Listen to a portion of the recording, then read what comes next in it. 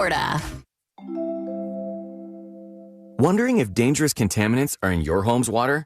Get Leaf Home Water Solutions today. We can't live without water, but we can take actions today to make it safer and healthier. Leaf Home Water Solutions is offering a free in-home water test. Just visit leafhome.com/free to schedule yours. With results from their advanced digital testing, Leaf Home Water Solutions can design a whole home system and expertly install it in as little as 1 day. With Leaf Home Water Solutions, you can feel confident that each drop of water from every tap and appliance is cleaner and safer for you and your family. We can't live without water, but we can take actions today to make our family's water safer with Leaf Home Water Solutions. Schedule your free home water test today at leafhome.com/free and save 15% on all home water treatment systems. That's leafhome.com/free for your free home water test and 15% off. leafhome.com/free. Overheard at the Hard Rock Bet Party. How'd you get your money so quick? Hard Rock Bet's got lightning fast withdrawals. Almost as fast as Dale Jr. valeting cars at this party. Man, he's fast. Hard Rock Bet's fast withdrawals have given me new motivation. Tips are appreciated. Hard Rock Bet Sportsbook. Roll with us. New players bet $5, get $150 in bonus bets if you win. Payable in bonus bets. Not a cash offer. Offered by Seminole Tribe of Florida. Must be 21 plus and physically present in Florida to wager. Terms and conditions apply. If you or someone you know has a gambling problem, please call 1-833-PLAY-WISE. Ready to kick off the new year with comfort and savings? Renewal by Andersen is celebrating with their happy Renewal Year Sale. For a limited time, buy one replacement window or patio door and get the second 40% off. And here's more good news. Enjoy zero down, zero payments, and 0% interest for 1 year. Renewal by Andersen's Acclaim Impact windows are built for Florida, engineered to handle heat, humidity, even hurricanes, while helping you save on energy bills year-round. And with their Smart Sun Glass, you'll enjoy natural light and comfort without the heat. Here's what Megan had to say when she left a review on Google. This was by far the very best experience I've ever had with a contractor. I can't say enough how impressed I am with the attention to detail, the quality control, and the professionalism of Renewal by Andersen of Central Florida. For you, just visit bestwindowsflorida.com to schedule your free in-home consultation. Renewal by Andersen, where comfort meets savings. Official partner of the Tampa Bay Buccaneers. License number CGC 1527613. Welcome to Take 5 Oil Change. Hey, which way is your waiting room? Oh, you can stay in your car. It only takes 10 minutes. I can stay in? Get out. I better find a good playlist to listen to while I wait. EDM? Nah. Oh, what about something classical? Nah. You got any suggestions? Dad rock? Now you speaking my language. Take 5. The stay-in-your-car 10-minute oil change. With the new IHOP value menu, $6 is all it takes to go to your happy place, where stacks of pancakes with bacon and eggs are just $6 every day. French toast, sausage, and eggs are, you guessed it, $6. And fluffy omelets come with a side of pancakes and only cost $6. Go to your happy plates every day at IHOP. $7 in some locations. Available every day for a limited time at participating restaurants in the U.S. Hours may vary. No substitutions. Not valid with other discounts or promotions. Prices may vary. Need more animals, more gators, and more fun? Y'all need Gatorland. Real Radio is on Instagram at Real Radio 1041. Sponsored by the law offices of Anajar and Levine Accident Attorneys. Call the law offices of Anajar and Levine at 1-800-747-FREE. That's 1-800-747-3733. Live from the JustCallMo.com studios. Injured on the go? Just call Mo. From car accidents to personal injury cases, Mo has you covered. Visit JustCallMo.com or dial 1-800-CALL-MO. This is WTKS-FM, HD1 Cocoa Beach, Orlando. An iHeart radio station guaranteed human. Real Radio has your chance to win $1,000. Just enter this nationwide keyword on our website. Pay. P-A-Y. Pay. Enter it now at realradio.fm and answer your phone if you get the call. Good luck. Someone's going to get offended. It's just the way the world works. So to hopefully save everyone a little time and or energy, here's this. The opinions that you hear are those of the host and callers, and not those of iHeartMedia, its management, or advertisers. The News Junkie is on. The three best friends you never knew you had, running through the most viral stories of the day. The News Junkie Sean Wasson with Sabrina and C-Lane. It is is Friday, January 16th, 2026. Lots to get to today, from a snowstorm in Florida to police make an insane discovery at a storage facility. And are we going to see chaos this weekend in Minnesota? Plus your calls, dispatches, emails, texts, and more. Sabrina is off. Hello, C-Lane. What's happening? And look who we have with us today. How are you, friend? Alejandro's with us again. Good afternoon. Thank you for having me back. You can join us with a dispatch. Send yours right now. Go to thenewsjunkie.com. Hit record on your first dispatch on the website. You can also watch the show on YouTube and twitch.tv/thenewsjunkie. And this never, ever, ever happens, friends. Whoa, what happened? That's right. We have a last-minute message. Let me just take a look. Be surprised. You don't know what happened. This is where we get the last-minute message to introduce the show, Alejandro. Let's see who it is. It's from the CEO of Verizon. Let's see what he said. Have a great Friday, you mother. We did it, everybody! Yeah! That's right. Somehow I dragged my carcass through a Monday, Tuesday, Wednesday, Thursday. Friday's all right. I'm still a little sick. I'll be good by Monday. I promise. No more of this voice. This is the best you sounded all week. You keep saying that every day. A little bit more than the best you sounded all week. Still I couldn't have said it on Monday because I guess I could have. Monday was the best you sounded all week up until that point. Right. Yeah. Over here in Seanland, I'm still sick. Courtney is sick as hell. She cannot even speak right now. And I'll just continue to tell you, the flu is going around, and you need to avoid it. Don't worry, she can't yell back at you right now, Sealand. She has an inability to do that. How's everybody doing on a Friday? I'm good. Alejandro's good. We both ate well. There's a bunch of Cajun food outside, so like we're great jambalaya. We're carved up and ready to go. It's a weird time to eat jambalaya. I got to tell you, it seems a little bit strange to eat jambalaya. When you work in this industry, you breakfast, the construct of breakfast and the confines of what you eat for breakfast break down over the years. Yeah, well, is this all because it's actually cold in the southeastern United States for once, and you guys are being little bitches, and you want to heat up a little bit somehow through some jambalaya? I'm great. I got in the car this morning, kicked up the heat, kicked up the seat warmers. I momentarily forgot that my steering wheel warms itself up. That was a nice little perk for the drive-in. It was good. Look at this. I can't say anything about either Alejandro or C-Lane. They're both wearing T-shirts today. It's the coldest day of the year. People are losing their minds. I've seen full parkas outside, okay? People in West Palm Beach are dressing up like the polar vortex is facing them head-on right now. And the two of you, I got to give you credit. Listen, if you saw my baby right now, he is a little cloud. He is a cloud, like, because he's just got so. Don't call me your baby. He's got like this like a combination that is so fluffy that if he were bad and I even wanted to spank him, he wouldn't feel it. He's padded. There's nothing. Well, today's the perfect day to start beating him, really. It's like you can get a couple. He would feel nothing. He would learn nothing. So you don't feel bad, and you get that off your chest. You know what I mean? It's like, thank God. All right, we'll get into Florida cold. Is it going to snow into Florida? All the freak out stuff. And have some fun with it in just a second here. But first, let's start off as we always do. Let's put our ears to the ground, our fingers on the pulse. Let's see what's happening in this great, big, wide world of ours. And we go to a little train called the Bright Line. That's right, friends. Yeah, the Bright Line. Are we about to watch a snuff film? Well, you are, in a way. But it's not a snuff film in as much as it's yet another Bright Line train hitting a dummy with headphones on or something.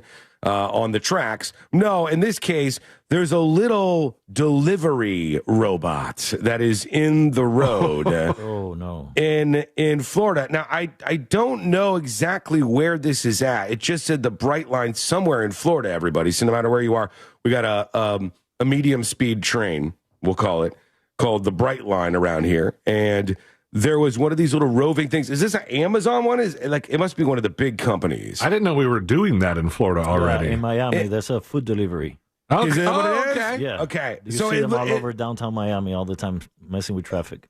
Alejandro, is it like maybe the size of a cooler? That's about how big it looks? Yes, it's a cooler on wheels. It's like a cooler on wheels. It's a robot. There's nobody around it, though. It's just chilling by itself. Oh, it's going to crush it. Oh, it's going to... It's stuck on the tracks. Wow. That was no small crush. All right, one time. You're not getting your food. It's not Honestly, coming. I expected the train to just kind of knock it off its course and like it goes flying in a certain direction. I didn't know that it was dead center of the track of where the train was going. I wonder if the conductor you think he saw it? He saw it. Yeah, he saw it. But I mean, my God, that thing didn't stand a chance. The mass and momentum of a Brightline train just absolutely demolished this little food robot and smashed him out of here. Maybe this is in Miami, as Alejandro's saying, like they've got some of these delivery robots around those parts. That's where they're trying this stuff out. I guess they haven't completely made it aware of what train tracks are, just at the moment here at least. So you think it got stuck, or why did it just stop? It wasn't moving. Let me go back to the tape here. For those of you on video, you'll see this. But as I'm watching, it's not moving. It's stuck somehow. It just gets demolished. I don't know if it got stuck or the actual red blinking lights, because it has sensors. It stops at red lights. It stops at red lights and everything else. So maybe the blinking lights stopped him when he was in the middle of the track. It could be. Maybe it got confused. Yeah. It's like, oh, this is a stoplight for me. I've got to stop. And it's like, I'm being a responsible little robot. What's the right thing to do? And then next thing you know, no more robot in the road there. This was the Brightline train smashing into one of those things. What a good time. Machines versus machines every once in a while. Well, we've got a lot to get into today. As I said, it is, for those of you listening to us in New York and other places, it's cold in Florida. For once, we get roped into what you get roped into. But I want to share a little piece of Florida with you, if you don't mind. Because in the Midwest, when I lived in the Midwest for 6 years, I swear to you, I never heard a single person in the middle of the biggest winter snowstorms you'd ever heard of in your life, literally record-breaking snowstorms that we were in, and it was wild. Nobody complained. Nobody complained. You didn't have people complain, oh, my God, when will it ever get warm again? Nobody in the Midwest complained. You go to New York City, not a single New Yorker will complain. They'll be like, still, whatever. But in Florida, if it gets below 68 degrees, there will be outrage. And you'll see people posting stuff like this. Like somebody on Reddit in r/West Palm Beach, hello to our friends in West Palm Beach, says, I'd much rather the heat than this cold, in the post that they did. I'll hear people say they'd rather be cold than hot, but I definitely prefer the heat, they said. Keep in mind, West Palm, maybe 40 degrees or something today, somewhere around there.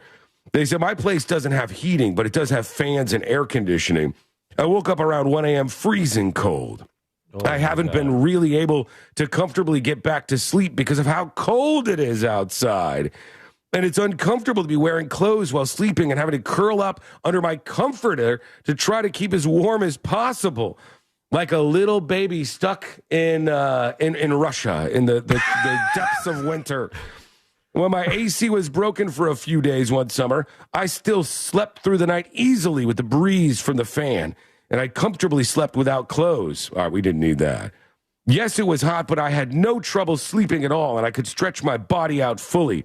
The cold is also just depressing. I can't even go outside for a walk without layers and shivering. I know it doesn't get as cold as it is now very often, but I'll be glad when it passes. The top comment is just savage dismissal. Buddy, it'll be back to normal in a day. Please take a seat. Yes. To PM me, Corona. Yeah, thank you. That's more of this. Oh, my God, it gets cold for one day. The best thing is if you go back on the subreddits, you'll see that it was the same during the summer. They're like, I can't take this heat anymore. It's too hot in the Florida summers.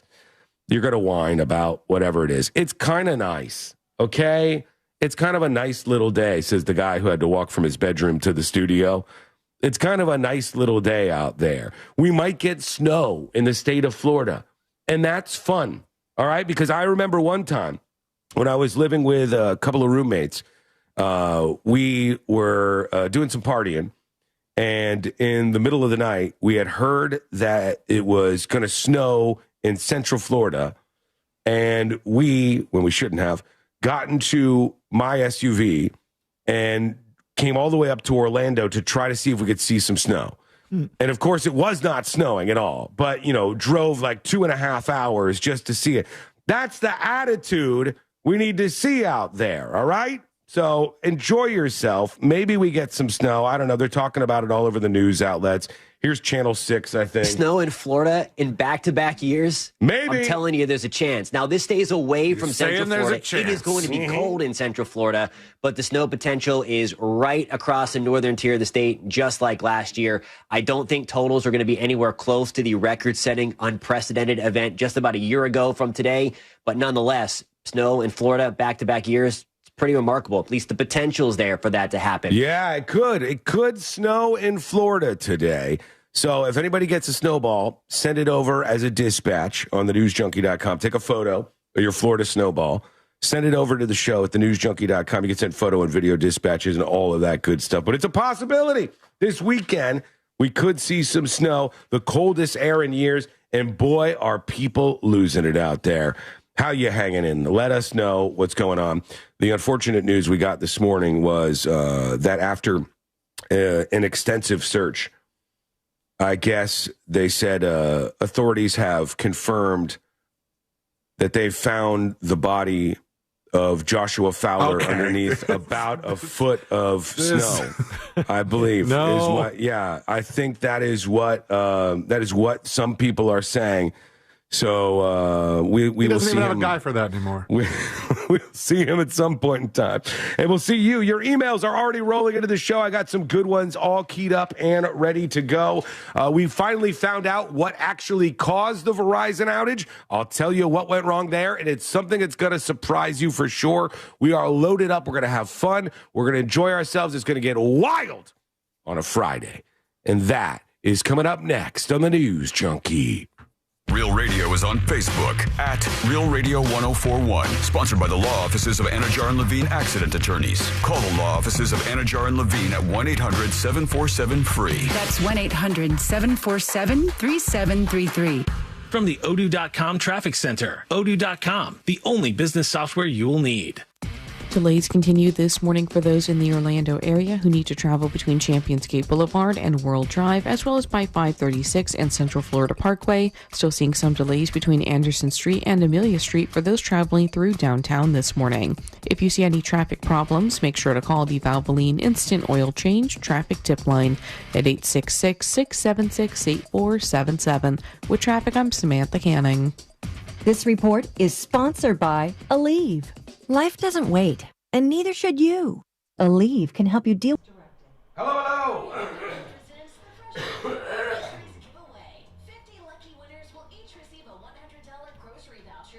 Hi, everybody. Welcome in on a Friday. Still got that sick voice. Unbelievable. Creamy's with me today. I hope you're with me as well. Be listening for those keywords. If you're hearing the show and you hear a keyword, make sure you respond. We've had so many of you get thousands of dollars. That is fantastic, and it'll make you a little warmer, whether you burn it or not. Hi, Unfettered. Bro, you sound sick? Well, yeah. I mean, I'm still sick. It has been what I did Wednesday of last week and had no voice after the show.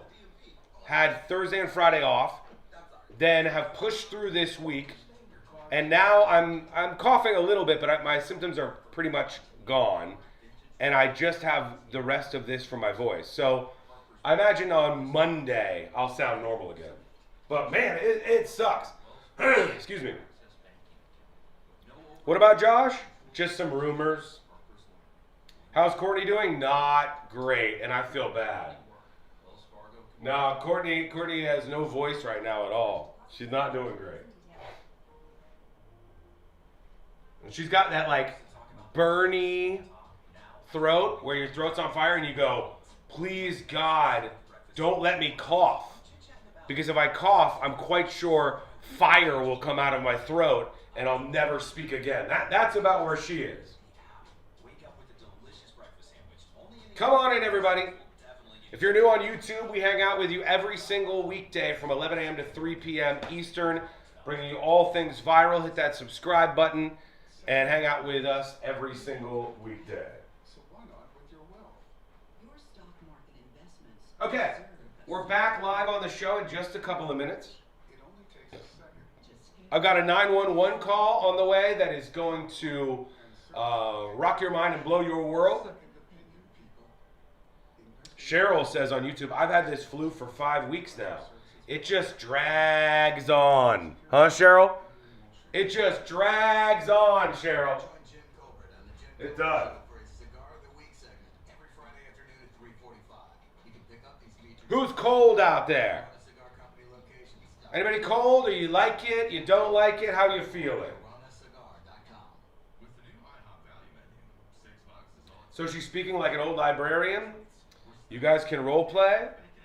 I don't know if that's happening, buddy.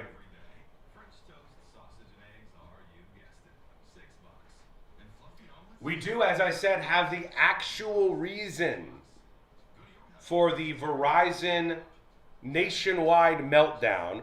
I also have a video for you of people harassing the employees at the Verizon stores yesterday. We've got some stuff from Minnesota that's been on the more divisive side, but we'll hit the viral things that are going on. Sounds like burning throat might be strep throat. Yeah, sure. Could be. It's cold in Chicago, somebody says. It's Josh's fault. True. Below 70 degrees is not for me. 29 degrees in Philly right now, Drew says. Jesus. Philadelphia, 29 degrees. Imagine our friends way up north in Canada. These people should be begging for global warming. They should be begging for the temperatures to rise 1.5 degrees, 2 degrees. They should be begging for it. All right, we're coming back right now. The story that I'm going to share with you next is kind of insane, and I want to know if you would do this. It's a 911 call, and you have to hear this. It's coming up in just a moment.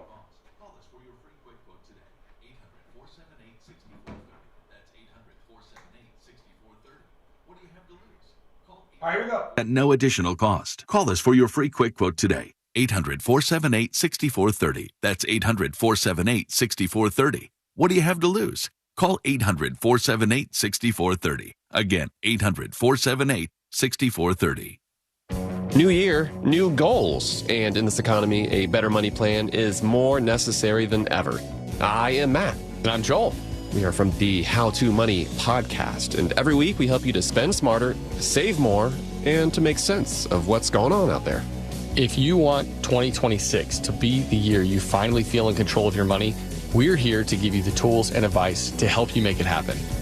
Open your free iHeartRadio app, search How to Money, and listen now. For all your plumbing needs, go to modernpi.com. Real Radio has your chance to win $1,000. Just enter this nationwide keyword on our website. Pay. P-A-Y. Pay.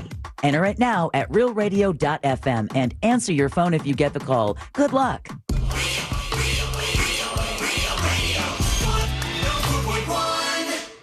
Send him your tips and your deepest, darkest secrets. Email tips at the...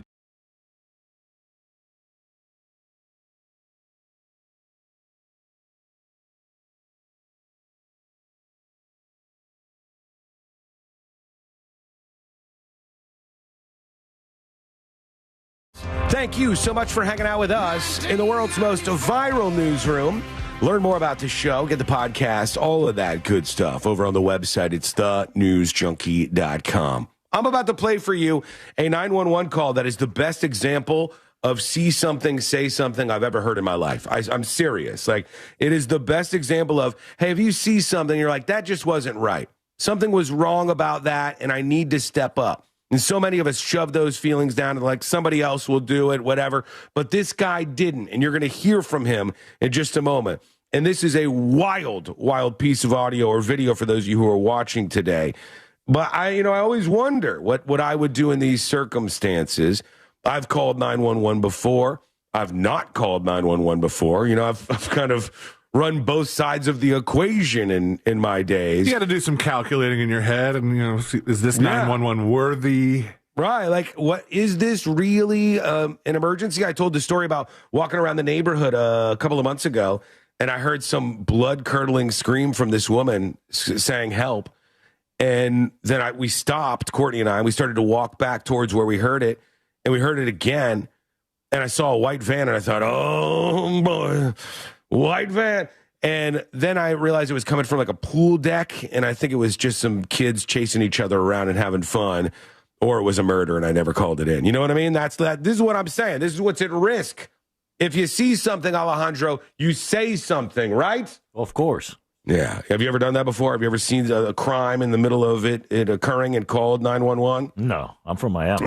If you see something, say nothing. Yeah, I didn't see anything. He can't use all the anytime minutes reporting every crime he sees. All right, here we go. Listen to this. This isn't the 911 call. It's from Channel 10, and this was a guy who was driving along, and the guy saw somebody that he knew from his neighborhood. And he's like, that guy's a pedophile.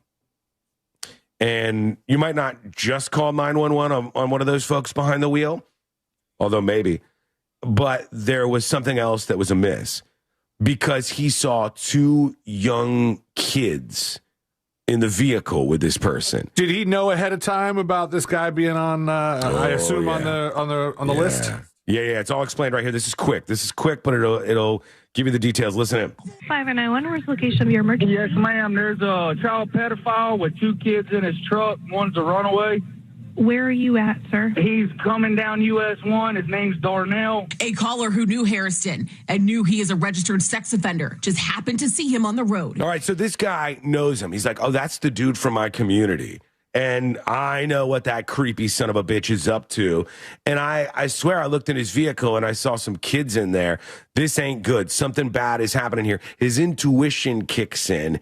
He says, I got to do something about this. Thank God he did. You're about to find out why. He dialed 911 after spotting him with what looked like two underage boys in the car. Do you know this person?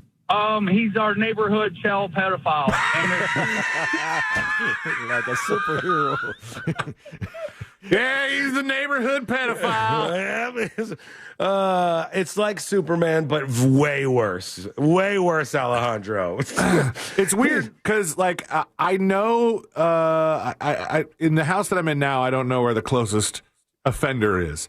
But I knew in my old house that there was one not too far down. I had no clue what the person looked like. Did not do that amount of research. I just knew that, like, if you look up the map, if you go around the corner far enough, there's a pin there. Damn, C-Lane, that's a good question. Should we know the faces of these people around us? So if we drove by somebody and hey, that's the neighborhood pedo. Or in this case, the neighborhood child pedophile. And he's in a car with a couple of kids. I wouldn't know. Right. I mean, I probably should. To the extent of our knowledge of this person was just I didn't even know which house it was. It was just the area of where they lived. And then every time Ashley and I would drive by, we'd just be like, oh, that's where the pedo lives. Right. But if that person drove by you and Ashley with some kids in the car, you wouldn't even know to call 911.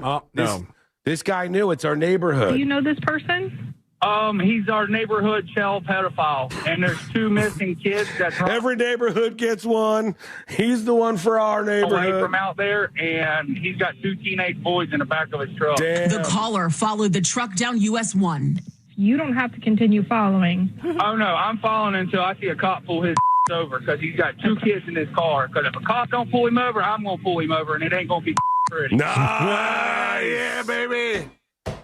This guy, all right? This guy. How did he know that the kids were runaways? He said one of the kids is a runaway. He did. He did. He said one of the kids is a runaway. So maybe he knew about reports of a runaway, and that this kid this guy studies everybody's face so well. This guy is neighborhood watch, man. Yeah. I'll tell you what. Unless he's a competing neighborhood pedophile. He got to him before I could. Wow. I'm not saying he is. I'm just saying no, buddy. If that guy hears you say he's the competing child pedophile, he's going to get you, and it ain't going to be effing pretty. Every neighborhood gets one, and his neighborhood's occupation taken. But, to your credit or to your point, should you know what these people look like? Maybe yes, maybe no. But this guy knew what the dude drove. Yeah. And that's probably even more important in this situation. He said he saw his truck, and he saw these kids in the back, and Alejandro's right. Like, he knew somehow that one of the kids, I guess, was, like, missing or whatever, or have been abducted. Let's listen into the final details here. It's one. You don't have to continue following. Oh, no, I'm following until I see a cop pull his over because he's got 2 kids in his car. Because if a cop don't pull him over, I'm going to pull him over, and it ain't going to be pretty. Deputies ultimately found the truck, and after a bit of a struggle, had Harrison in handcuffs. Got him. Who got my truck? Who got my truck? All right, I appreciate it. Law enforcement stopped the vehicle. All right, they got him. They arrested him. And now on to what actually happened, because this is sort of the kicker for you. This is the reason why this guy's a hero, and maybe all of us need to be a little more aware. We need to think about this stuff. So here's the story from WESH News, and it says, the Flagler County Sheriff's Office has released a 911 call on Tuesday that helped lead deputies to a missing 11-year-old boy.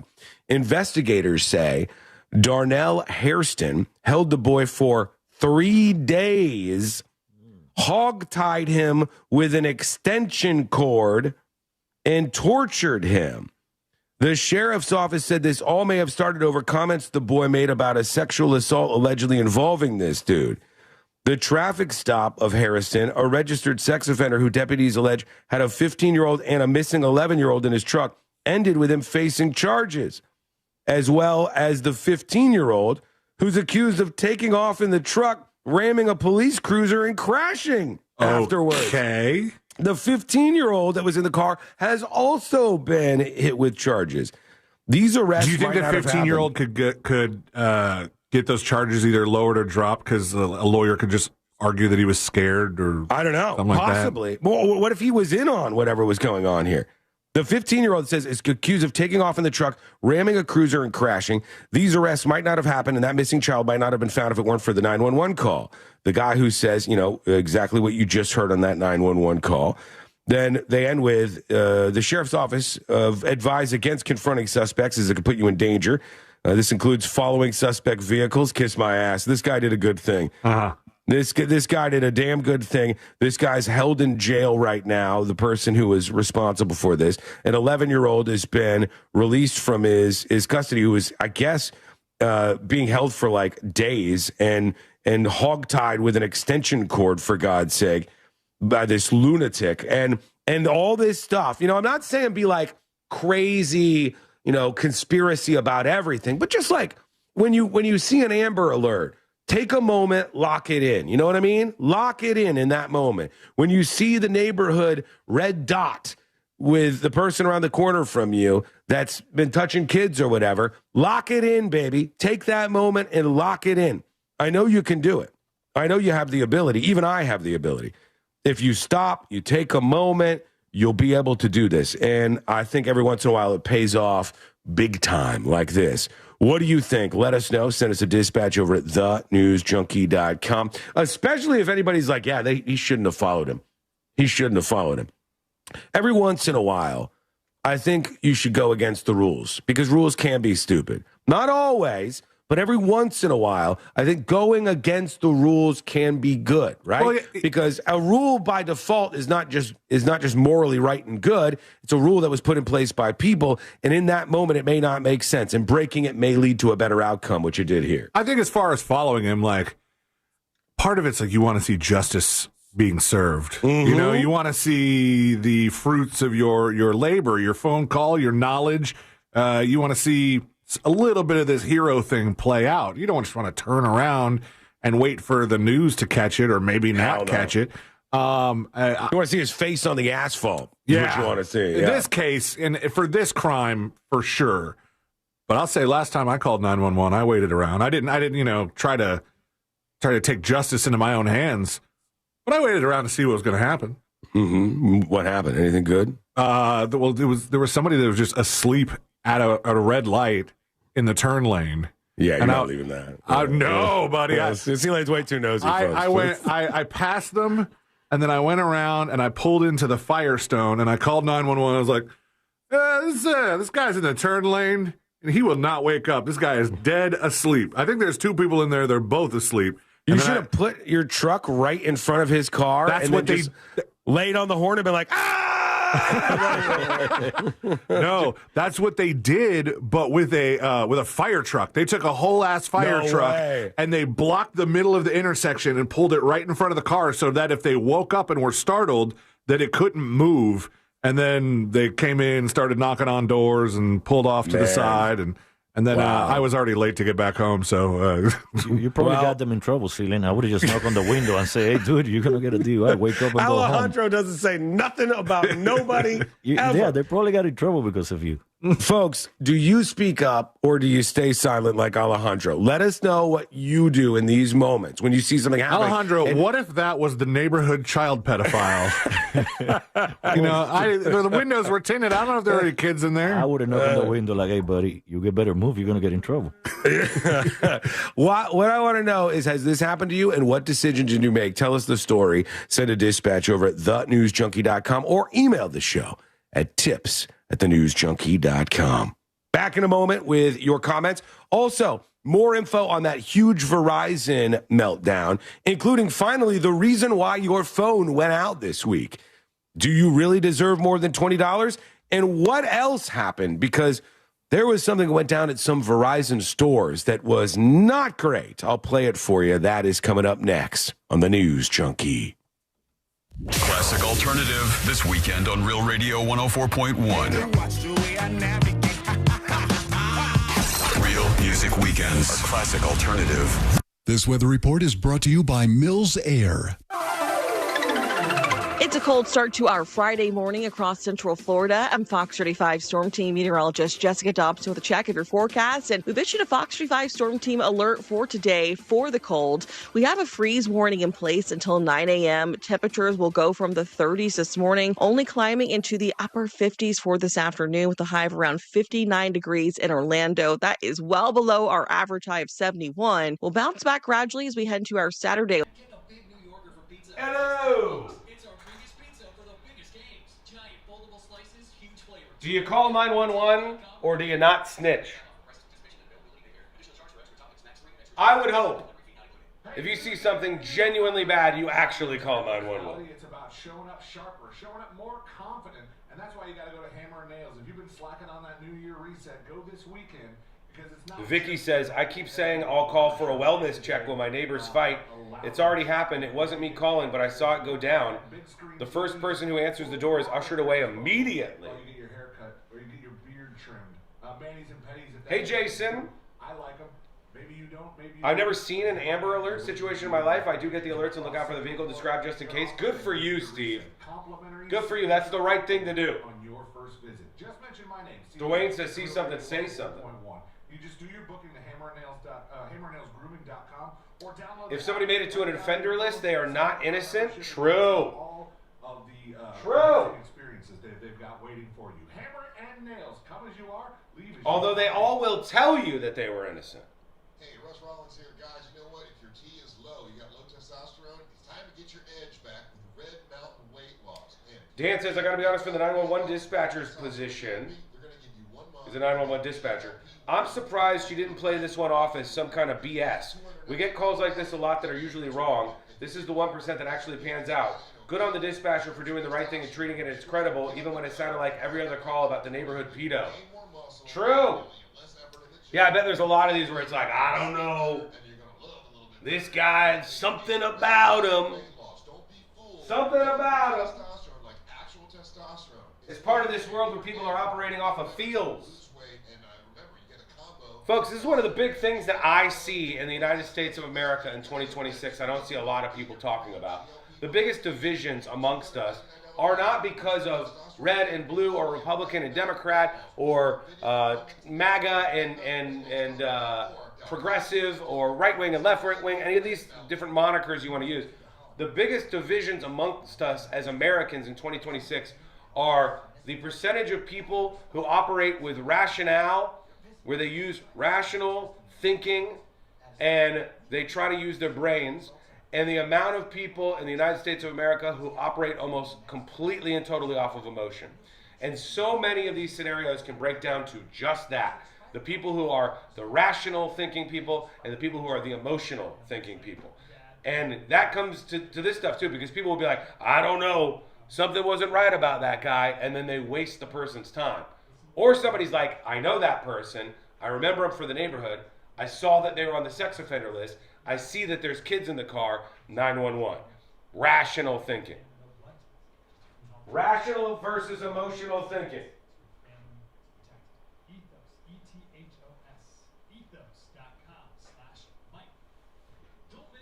Folks, we're coming back in a moment. The great Verizon meltdown may be over for now, but there's still more drama spilling out of it. So I want to share that with you. Cluish Kid says, cherry pick, but I definitely would call. Waterboy says it's 23 degrees in Ocala, or it was when he woke up.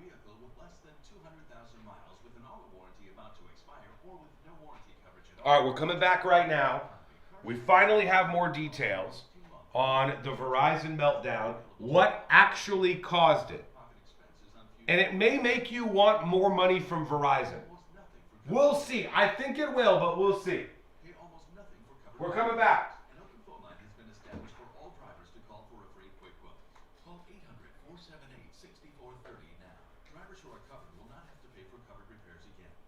An open phone line has been established for all drivers to call for a free quick quote. Call 800-478-6430 now. Drivers who are covered will not have to pay for covered repairs again. This protection plan is at an all-time low. Additionally, drivers who activate this vehicle protection today will also receive free roadside assistance, free towing, and car rental options at no additional cost. Call us for your free quick quote today. 800-478-6430. That's 800-478-6430. What do you have to lose? Call 800-478-6430. Again, 800-478-6430.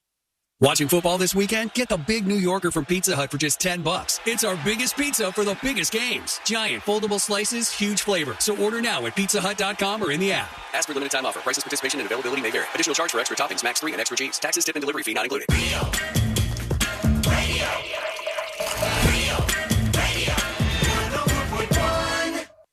Meet the three friends Bill Cosby called frat bros. This is the...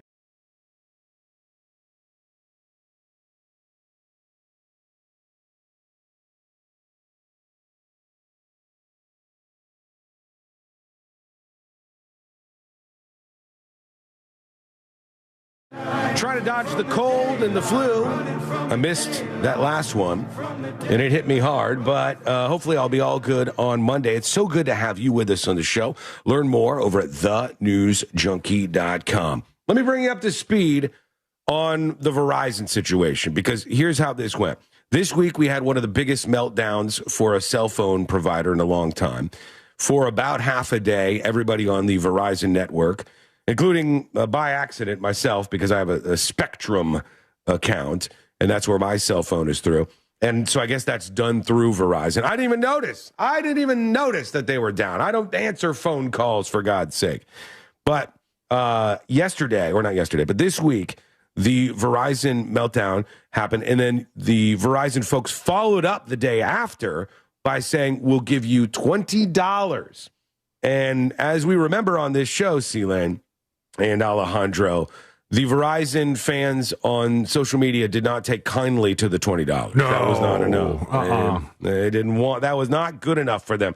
I think they might be more mad now that the reason for the Verizon outage has actually been released.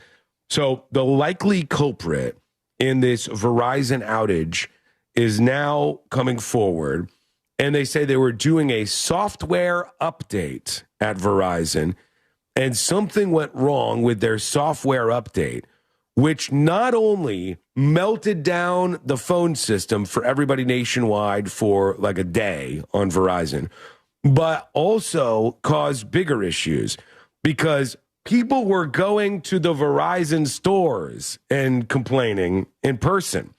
And they couldn't do anything at the Verizon stores because guess what?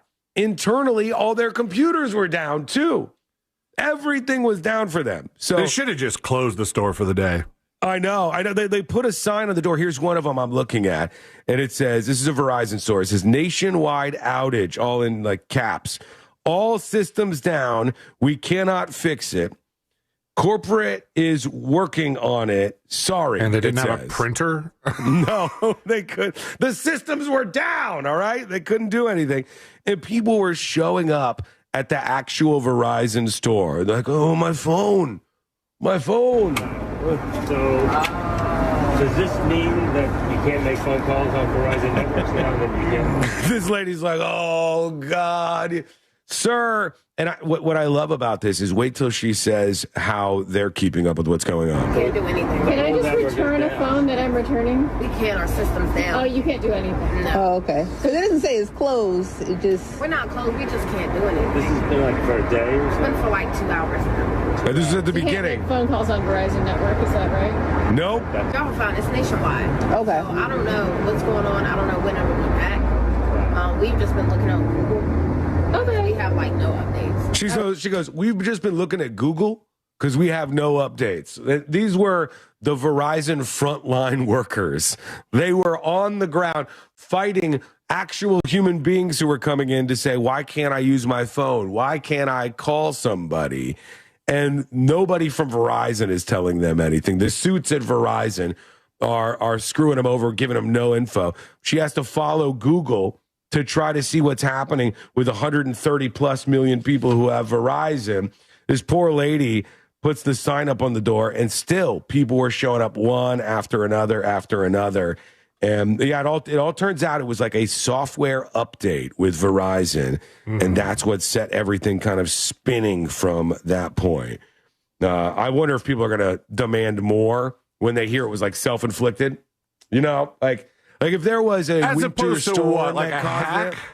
it. Yeah, a hack, a nefarious hack, or a winter storm. Like if Verizon's HQ was knocked down because everything froze and it was really, really bad, people would feel a little bit more bad for them.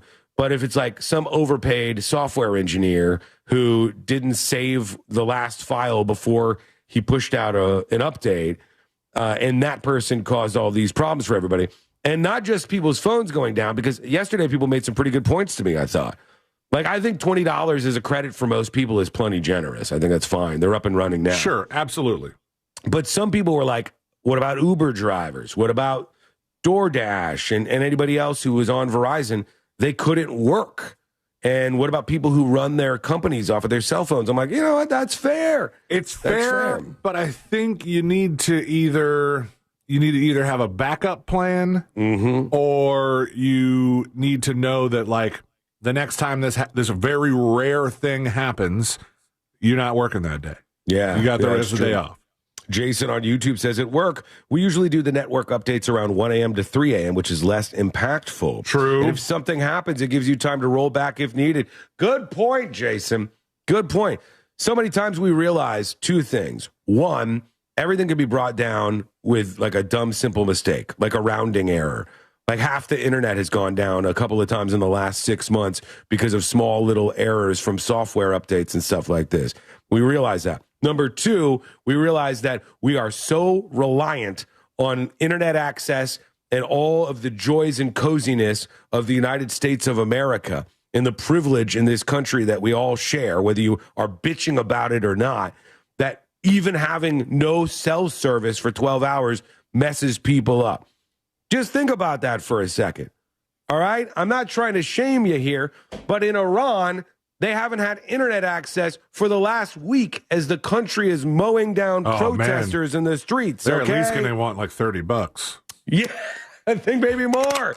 They're out there people in the streets. And guess what they said? Yesterday they said in Iran, we think we're going to get the internet access back up for everybody by mid-March. This is what they said. They said to the entire country of Iran, we think we should be able to restore the internet service by mid-March. Wait, what do you mean restore? I thought they turned it off on purpose. They did, yeah. But you think they're going to just admit that they sabotaged it on purpose? I thought they announced they sabotaged it on purpose. It's like Verizon. We do not know. They have no idea on their end what's going on. They're over in the desert. Somebody unplugged something.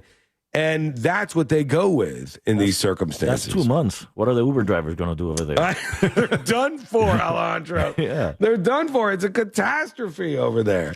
So let us know, Verizon folks. Are you more mad, less mad? How you feeling about all of this? Do fill us in you on brought the up show. Kind of an interesting point because, like, with the Verizon thing, it's all cell phone customers. It's a lot more of your everyman.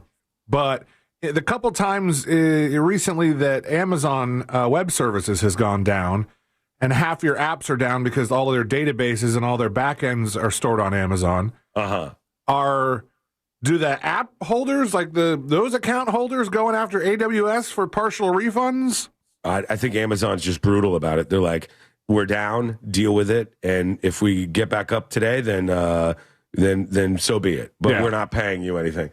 I mean, I don't feel like that happens a lot. Like when I was younger, every once in a while the cable would go out. Yeah. And I know we would all bitch and stuff, but we would probably just go outside. We would go out into the world and experience something. But now it's like the internet is down. That affects everything. I can't get laid. I can't hire a handyman. I can't find my way around with a map. I can't order a limo for my burrito to come to my house. I can't, on and on the list goes. It's like we are completely helpless without it. Get my own burrito? And then we won't even let the people who are doing, I think in some ways better, we won't even let them be. Because I saw this week, that Amazonian tribe, we keep messing with them. These people who are so far away from the internet, they didn't notice Verizon was down. They didn't notice at all. They're so far away from the online world, they didn't notice anything was happening. But people keep going and filming them. Like, this is another group of people. I'm looking at this, and I'll explain it to you.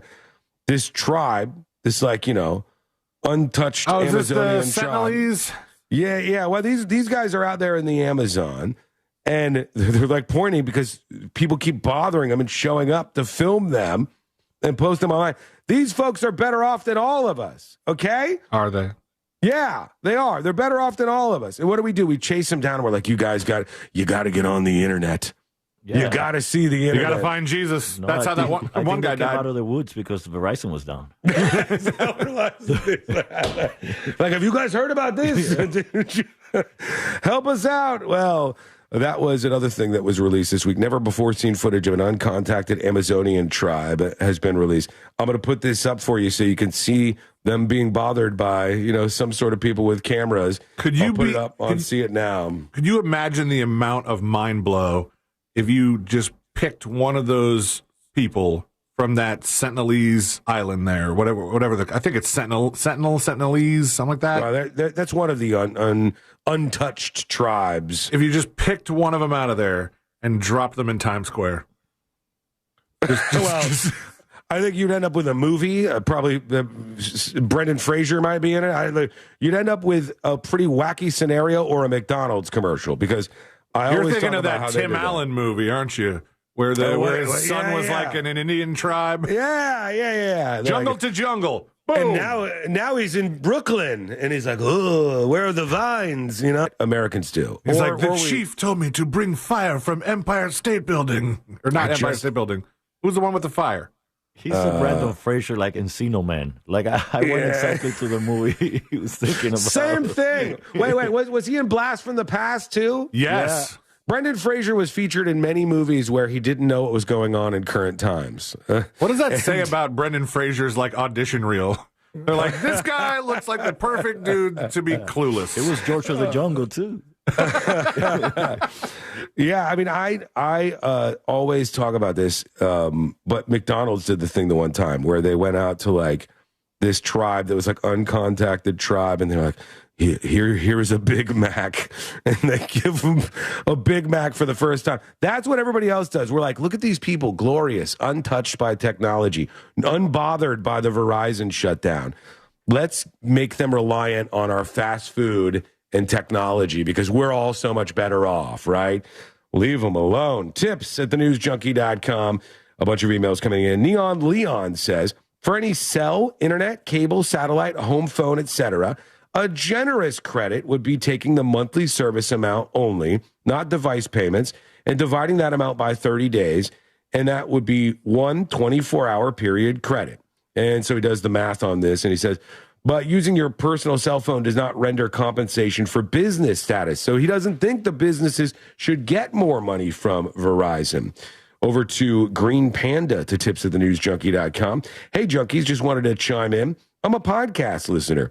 You guys were talking about all this Stranger Things backlash. And again, people whining about that, people whining about all the endings to these shows. I think a lot of them have, they're children. They're grown children. The final episode of Stranger Things was good. I enjoyed it. And most people did, I think. But he says it shows how people were looking for a more satisfying ending. You asked the question if there was another show that had done anything after a show's finale. It made me think of Breaking Bad. Yeah. They had that one mini movie for Pinkman. I think the character went so much he deserved for a better ending. He says, thank you, Green Panda. That's true. They did something where they rebooted the Breaking Bad universe for a little bit. I forget what they called it, but I liked it. It was good. And finally, Snowy, a nice day for you to email the show to tips@thenewsjunkie.com. I'm a podcast listener. Right now, listening to Tuesday's episode. So my voice is noticeably worse for Snowy right now. I listen every day while delivering mail. As I was walking toward a house with a parcel, the subject of catching boys in a net started. I was laughing, and at that moment, the homeowner popped out. They gave me a weird look like I was an idiot. You cannot see I got headphones in, so it must have looked quite weird. They said, well, at least you had headphones on. And they weren't hearing you listening to a show about boys getting caught in a net. I don't want to do that to you, at least not right now. Okay, we want to see what you think about all of this. Join in on the action. Record a dispatch, a video or audio dispatch of your thoughts on the show today at thenewsjunkie.com. I want to talk about stay-at-home sons in a story on MSN that's got a lot of people talking. We got a ton of clips. I got a pastor I want to play for you and a lot more on the way. What would you say, Sealand? We had a discussion earlier this week about you not telling people what you do for a living and like what other jobs you would lie about. And I just started watching this show last night on Apple TV that answers that question, like where you are pretty much required to lie about your job. And it's the people that are the inspectors for the Michelin Guide.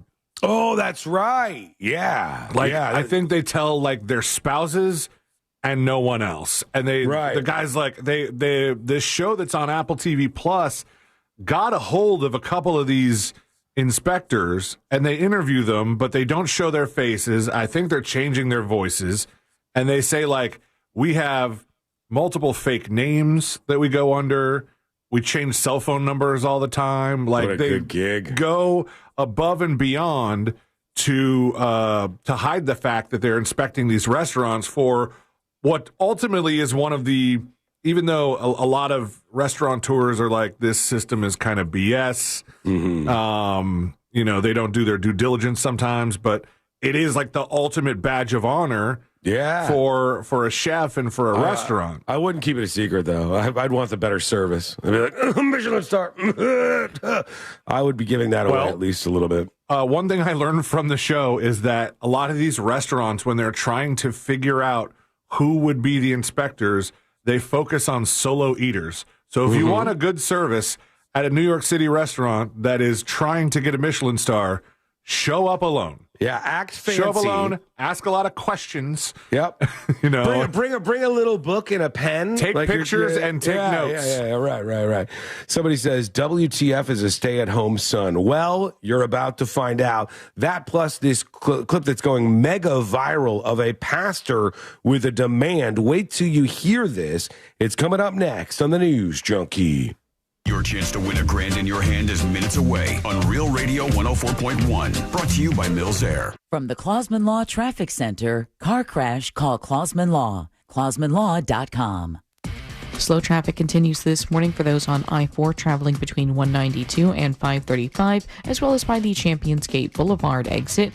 Looking at activity still causing delays on the 408 this morning, where the westbound right lane is blocked at the I-4 exit. If you see other traffic problems, make sure to call the Valvoline Instant Oil Change Traffic Tip Line at 866-676-8477. With traffic, I'm Samantha Canning. This report is sponsored by Pizza Hut. Watching football this weekend? Get the Big New Yorker from Pizza Hut for just $10. It's our biggest pizza for the biggest games. Giant foldable slices, huge flavor. So order now at pizzahut.com or in the app. Ask for limited time offer. Prices, participation, and availability may vary. Additional charge for extra toppings, max 3 and extra cheese. Taxes, tip, and delivery fee not included. Pack your year with awe and awesome at SeaWorld Orlando. Get up close to over 20,000 animals. Board the all-new SeaQuest Legends of the Deep, world's first of its kind suspended dark ride, coming soon. Then enjoy over 200 flavors and 30 concerts during the Seven Seas Food Festival. Select dates now through May 17th. Go from real to unreal at SeaWorld. Pay less than a day, play all year. Get unlimited visits through 2026 with a phone card. Hurry, offer ends soon. Taxes, fees. Does Lovable connect to GitHub? Yes, it does now. For the Lord, I really wish there's a situation in which ChatGPT will, but I really wish it would do it all the time, so that it's just always looking at the current version of my code, and I'm not having to often I have to copy and paste full changes to files. Yeah. Or upload the current version so it doesn't screw me up too bad. Yeah, it seems like they could do that if they wanted to, but they're not rushing to do that for some reason, that integration. Ladies and gentlemen, happy Friday, everybody. Happy Friday. Welcome to the show. Hey, Zach, how are you? I see you. I love to see all the new names out there in chat. In fact, let's take this opportunity to tell you, if you're a lurker, if you just watch this show all the time and never make a comment, just pop in and say hi. Just say hello. People will be nice to you. You don't have to participate in chat. Only a small percentage of people watching actually participate in chat. But I'll tell you, I do find chat to be a super useful tool for running the show. Like, seeing the instant feedback is good. There's a good balance of people. There's like some left-wing crazies, some right-wing crazies, and a bunch of, people right down the middle. And I appreciate that. But if you're a lurker, pop out. Resented Buffalo, hey friend, thanks for coming out of the woodwork. You folks who are quiet most of the time, I want you to know you don't have to do it. But if you want to, every once in a while, pop in, say hello to people. I think you'll find a pretty cool community here. Hey, Kevin. 90 seconds, Kevin, and we come back. Kevin says it's his first time he's having fun. It's a little more interactive. You get more content, especially when my voice is recovering a little bit. This is how you turn a radio show into a live stream. And I think it's the most successful way to do it. So thank you for hanging out. Again, we're here with you every day, every weekday, 11 a.m. to 3 p.m. Eastern. And we cover all things viral on the show. So if you want some company each day, you can count on this show. Hit that subscribe button. By the way, the Twitch stream stops next week. That will be the last Twitch stream. The Twitch stream stops next week.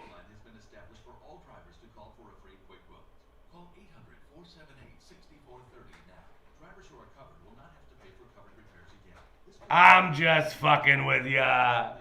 I'm not stopping Twitch. Come on, I love you, Twitch.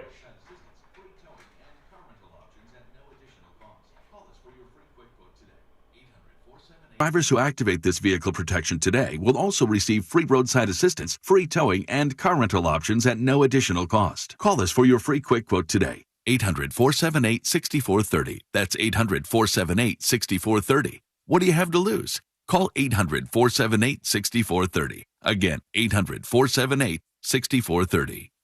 Do you have AC needs? Turn to the experts at Carrier. Go to millsair.com. Portions of the following program were pre-recorded. Broadcasting live from the JustCallMo.com studios. Injured on the go? Just call Mo. Visit JustCallMo.com or dial 1-800-CALL-MO. This is WTKS-FM HD1 Poco Beach, Orlando. An iHeart radio station. Guaranteed human. Real Radio has your chance to win $1,000. Just enter this nationwide keyword on our website. Bank. B-A-N-K. Bank. Enter it now at realradio.fm and answer your phone if you get the call. Good luck.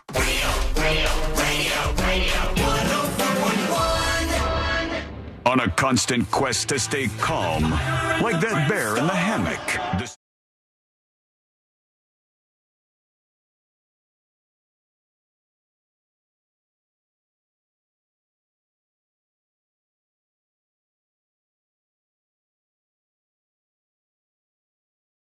Is upon us. It's so good to be with you. Honestly, this is where we talk about all things viral. This is where we talk about stuff before you're going to hear it in all the other places, on all the other shows, and on all the other podcasts. So thanks for joining us. Learn more about the show at thenewsjunkie.com. A lot of things to get to, a lot of clips to play. I want to play the audio of this pastor that is going viral for the most ridiculous of reasons. We'll do that in a moment. But I do see a rise in stories like this. And I have a couple of theories on why I'm seeing it. And plus, I think this is going to impact our very own Christopher Dolores Lane, a.k.a. C-Lane. So worth bringing up the trend that we continue to see in stories of what they call stay-at-home sons. All right? A stay-at-home son, which just means you don't have a job. And you're probably supposed to get your ass out of the house. It means you're in your 20s, you don't have a job, you're not leaving the house, and over and over and over again, you see this. I'm hearing from people who manage businesses and hire and fire a lot of people that there is a bit of a sea change going on. Because a lot of the younger, specifically Gen Z workers, are kind of pains in the asses and a bit demanding at certain things, they're letting go of some of them and replacing them with boomers. I heard the average age of new job hires is up to 42 years old. Huh? Think about that for a second. Average? The average age of new job hires has gone up to 42 years old because they don't want some of these younger folks. They want the more experienced people who are willing to put in the work. They think that the millennials are harder workers than the Gen Z folks, and the Gen Zs are now stay-at-home kids, stay-at-home sons. Jackson, C-Lane's son, is quite obviously going to be a stay-at-home son. Hell no. All right? He will be in that house until he's in his 40s, maybe his 50s or something. Why? Nah, dog. He'll get dad and mom to provide him with a nice life, which they're going to do. They're suckers. They are suckers. I'm going to pull what the Wasson family pulled and put him out on his ass when he's 18. Oh, yeah. Happy birthday, see you later. Drop him off at his girlfriend's house or boyfriend if Ashley gets her way. What a whirlwind of a month. You got a girl pregnant, Sean. Happy birthday, you're 18. Get the hell out of here. You sleep on a futon in her room now. And I said, good God. But I wasn't a stay-at-home son. What about your family, Alejandro? How old? 16. I was out at 16. You were out at 16 years old? Are you serious? Yeah. Working and living on your own in Miami at 16? Yep. What about Did you your have kids? to be emancipated for that? I thought that wasn't quite... it's Miami. Yeah, we don't even know what emancipated means. Yeah, it's Miami. They just let it happen. You have some kids, right, Alejandro? Yeah, and they're both out at 18, but they went to college. They're both in college right now? My son graduated in Purdue, and my daughter's graduating from FSU this semester. Look at this guy. My gosh. Jesus. Was that expensive? Because that sounds expensive. My son, yes, very much so. But my daughter was in state, and she got a bunch of scholarships and stuff. So that was. They're good kids working hard. Yeah. But the trick is be very strict. You don't have to kick them out if they want to leave. Right. Mm-hmm. That's true. Did you ever sort of stick it to your son that your daughter got such a better price on college? No, You're like, your sister got a lot of scholarships, and you seem to just have, No. You need a blank check. He says he went to a real university. She just went to party. Did you hear I said Purdue University and FSU? Yeah. I mean, I'm impressed by both of them, and it sounds like you raised some good kids. But I think you're onto something.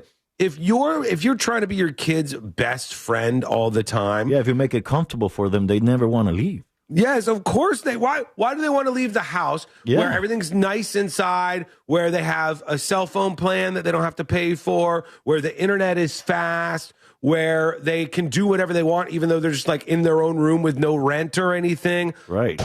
And I think the truth is, Alejandro, a lot of these parents actually want their kids to stay around for that long. That's true. I think a lot of them do. I think a lot of them say, like, I will be lonely and I'll feel like I'm without a rudder if my kids actually leave the house. And I think they want it. Yeah, I miss them. I don't wish they would have left, but they have to move on, and that's the trick. You already think I left Cuba at 10 because it was miserable. Mm-hmm. I made them miserable, and they wanted to immigrate. Right. See ya. Out of here. He looked around his house with his kids still in it and said, "What would Castro do?" Yes, exactly. That's one thing that people I think always get wrong. This is totally anecdotally from my life. I don't have statistics to back this up like I do most of the things that I'll yap about on this show. But anecdotally in my life, I have seen something over and over and over and over and over again. And that is this. The people who end up being stay-at-home sons, if you want to throw around something like a NEET or a loser, NEET, by the way, is not in education, employment, or training, meaning you're just like out of the workforce entirely. So I call him a NEET, call him a loser, call him whatever you want.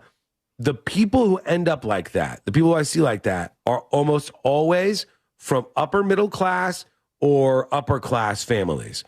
They're the kids who can afford to do it, and their parents are rich, and they go, well, my parents have a decent amount of money, and this is such a comfortable life. If I go out on my own, I'm not going to have a place as nice. I'm not going to be able to afford a car quite as nice. I'm going to go down, and I don't want to go down in status, so I'm going to stay around. Now, the kids I see who are struggling, they tend to do better, and they tend to adapt in ways you would never think. Like, I know somebody who grew up their entire life incredibly poor. All the time, the power was going off because of unpaid bills at their house. Their parents were financially insolvent 99% of the time. They were terrible parents. It was like this weird level of abuse where the kids never have anything and the parents don't work to keep themselves financially stable. That is the most financially stable person I know right now. They flip it a lot of times. Yeah. They're like, I don't want to feel that way anymore. And I'm going to buck the trend and I'm going to change things. They're not the stay-at-home kids. It's not the lazy kids in the ghetto that are doing this half the time. It's not the lower middle income kids. Those kids are often the hard workers who want to bust out and do something. No, it's kids like me who I think I moved out when I was like 22, 23. Uh-huh. Yeah. Oh, my God. Yep. Sean is absolutely right. The Army was a step up for me. Yeah. But I was with a lot of people that were like, oh, this sucks. This food is bad. I'm like, they feeding us 3 times a day. What are you complaining what are you about? Talking about? I was happy when I joined the military. Right. Oh, God. It's better than where you could be in some cases. Stay-at-home sons are here, and they're not going anywhere, says this particular article. This is somebody who earned a master's degree in political science. There's your problem. Your son has a master's degree in political science. What are you going to do with this? Start questioning your kids. Oh, what a surprise when he left college and found out all the poli-sci firms were filled up. Oh, my God. The green-haired girl who has a master's degree in underwater basket weaving isn't gainfully employed. Oh, my God. I'm stunned. I'm shocked. I'm appalled. He certainly wasn't expecting to set off a media moment of stories. He said, I'm the origin of all this discourse. He was saying that he was at home into his mid-20s, and about 18% of adults 25 to 34 live with their parents. It's been as high as 20%, but there's a lot of them that would rather just stay at home with their parents. And I'd love to know if you've experienced this and what you think about it. Let's go over to this pastor going viral. Oh, I just realized I worked here before I left home. Did you? Yes. God. You hear that, iHeartRadio? You hear that, Suits? All right? This guy went from living at home with his parents working for this company to now he lives with his wife and he's a father. And I don't. Half of this stuff shouldn't be legal. But they've let him take on an independent life, and he's put in all these years. No, for you. I'm still very dependent. let's not go crazy here. Don't by any means, don't pat yourself on the back, Suits, that old C-Lane's independent. Here's Pastor Marvin Winans. He says, you got to give him money. This happens in church, but he's got a novel way. And I've not done this in probably 20 years ago. All right, yeah. But Lord said, I want to make a multi-millionaire out of someone, but they have to sow $10,000.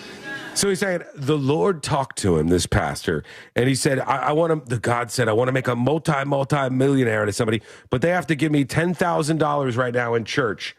He said, and they have to do that within 90 seconds. 90 seconds, 10 grand fast. If you're going to do it, get it now, write the check. If you do this, God said, I'm going to make you a multi-millionaire. By the way, you know something's wrong when in church, your pastor has a massive QR code behind him.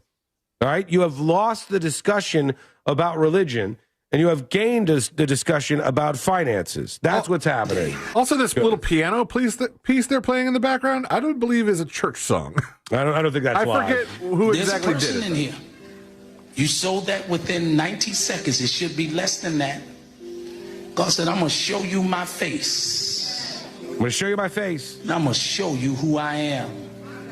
And for the rest of your days, everywhere the sole of your feet shall trod, you shall possess the land. This guy wants a jet, please. Okay. And everything kalasupa, and everything your hand shall touch. I need 30 of you to get the $200. The person, if you're going to sow the 10,000, you will bring it up to Pastor Rockmore. How do you sit in a church when they're doing this and not go like, this seems... See you later. Weird. This seems off. I talked to God. He said, I'm going to make somebody a multi-millionaire. It's like the lottery. It's like a church lottery. Yeah, but like... Give us 10 G's now. I grew up Catholic. We had two, gatherings of money. What do you call those things again? Money gatherings. That's the gathering of money. They pass their bucket around. Well, what is that called? Damn it. How can I not think of this? Tithe? Tithing is yeah, but that's not what they called it. Anyway, we had two of those donations, where they pass the plate around each week. One was for the church, and then for a while they had the building fund when they were building the church. That was like normal to us. This the is offertory? Offering. Two offerings. And this is different. This is like a guy on stage going, I need $10,000. Who's going to give it to me in 90 seconds and you will be rich? You're going to be a multi-millionaire, he said. A multi-millionaire. Good luck. Yep. All right, we're going to take a quick break. When we come back, we hear from you. That's what you're here for. You're here to hang out with us and to give us feedback on the show. Ladies, in particular, we talk on this show all the time about mailbox money. Boy, do we have it for you. Don't miss out on this. We want to get to your dispatches, your feedback, all the rest. It's coming up next on the News Junkie. Real Radio is the Jim Colbert Show. I know I can't be the only one who's probably spent more time looking for something on Netflix than watching something on Netflix. Guilty. We're all raising our hand. Show weekdays at 3 on Real Radio 104.1. You won't get caught up in any accidents slowing you down, although there are some delays still piling up on the major roadways on I-4 westbound through the city before Colonial Drive. There's congestion. Expect delays between the Beach Line and Osceola Parkway. There's slowdowns on Florida's Turnpike southbound before that Hancock Road exit due to construction around that area. See traffic troubles? Call the Valvoline Instant Oil Change Traffic Tip Line at 866-676-8477. From the Traffic Center, I'm James Birmingham. This report is sponsored by Valvoline Instant Oil Change. Guys, make sure ladies, in particular, make this weekend be the weekend. Mailbox money. We talk about it on the show. What's mailbox money, Sean? Mailbox money is when there's class action lawsuits for products that we all use. And we decided a long time ago on the show, it's like, hey, nobody actually does anything about this, but if you fill out these simple forms from like cell providers or your power company or whatever, you forget about it, and then 6 months later you get a check in the mail. You get mailbox money. I said not enough radio hosts are telling people about free money. I want to be like the Matthew, what was his name? What was it? The guy with the question marks all over his outfit, who would be like, I'm going to get you $10,000. Matthew Lefkowitz? I want to be like that guy of radio. And along the viral journey, I want to tell you about little ways you can make money listening to this show. So, ladies, I've got one for you when we come back. Matt Gresco? Is that it? He had like a wild suit of question marks. Matthew Lisco? Is that? I don't remember. Matt Letzko. That's what I thought. Yeah. Tax the churches, somebody says. What do you think, folks?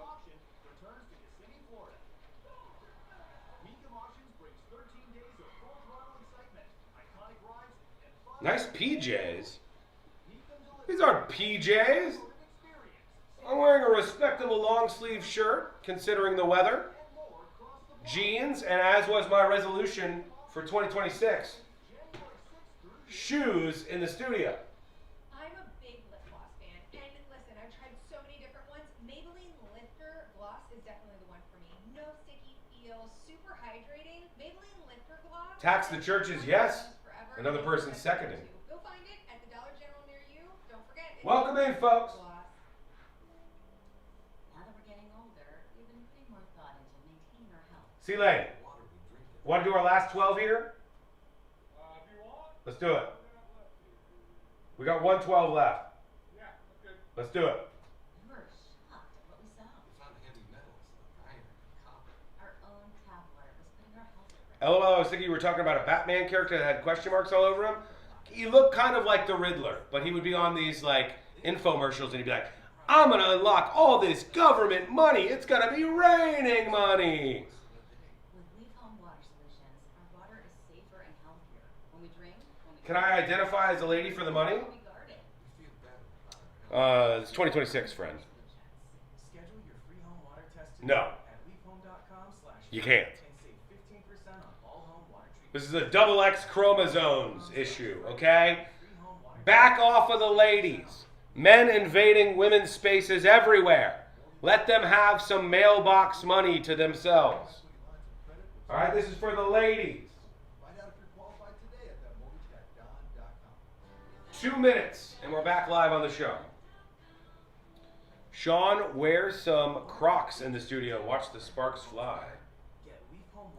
Tanya says, was Fritz back yesterday? I didn't have time to tune in. Yes, Tanya, Fritz was back. He'll be here on Thursdays. Check in, check out kind of scenario, because Fritz has another job. But I guess they're going to let him pop in on Thursdays to do the Fritz on the Street segment.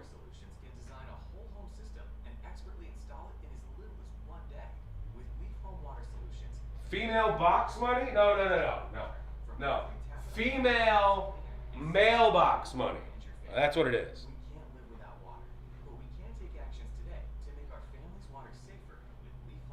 2 minutes. Less than 2 minutes, we're back. AJ Soup says, oh, please let it be from Tampax because feminine products are too expensive. True. I'm with you. I am with you. They still got taxes on those things? And Sean didn't pick anybody on Twitch for Fritz on the Street? No. Twitch is in a probationary period right now. You folks who watch on Twitch, you're in a probationary period. You have not been able to grow audience over there. I blame it on you. YouTube, meanwhile, on fire. Things are going great. One minute. Ladies, mailbox money, and it might be like a decent little paycheck for some of you. We got to talk about this when we come back. Don't say I'm rude. Don't say I'm rude. Yeah, you think I haven't seen your comments on Twitch? You guys think you're nice to me? You think you're nice enough to me? Let's see. If you guys can be nice, we'll change things around. Here we go.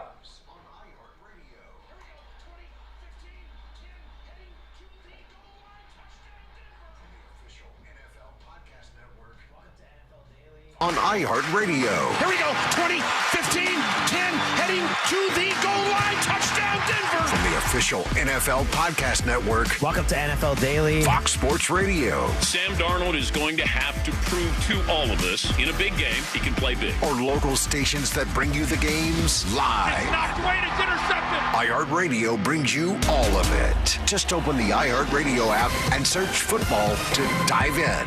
Real Radio has your chance to win $1,000. Just enter this nationwide keyword on our website.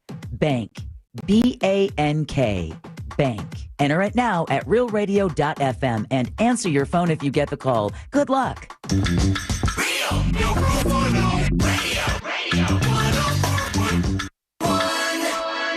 Hear it here first. Then everyone else will catch up in a week or 2 or 4. You're listening.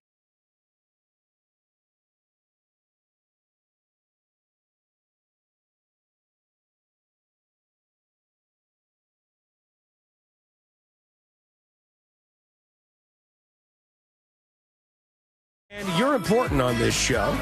Your thoughts, your opinions, you agree, you disagree, you want to say something nice, you want to say something mean, you want to do something in between. Record a dispatch of yourself and we'll play it back on the show. Do that now over at thenewsjunkie.com.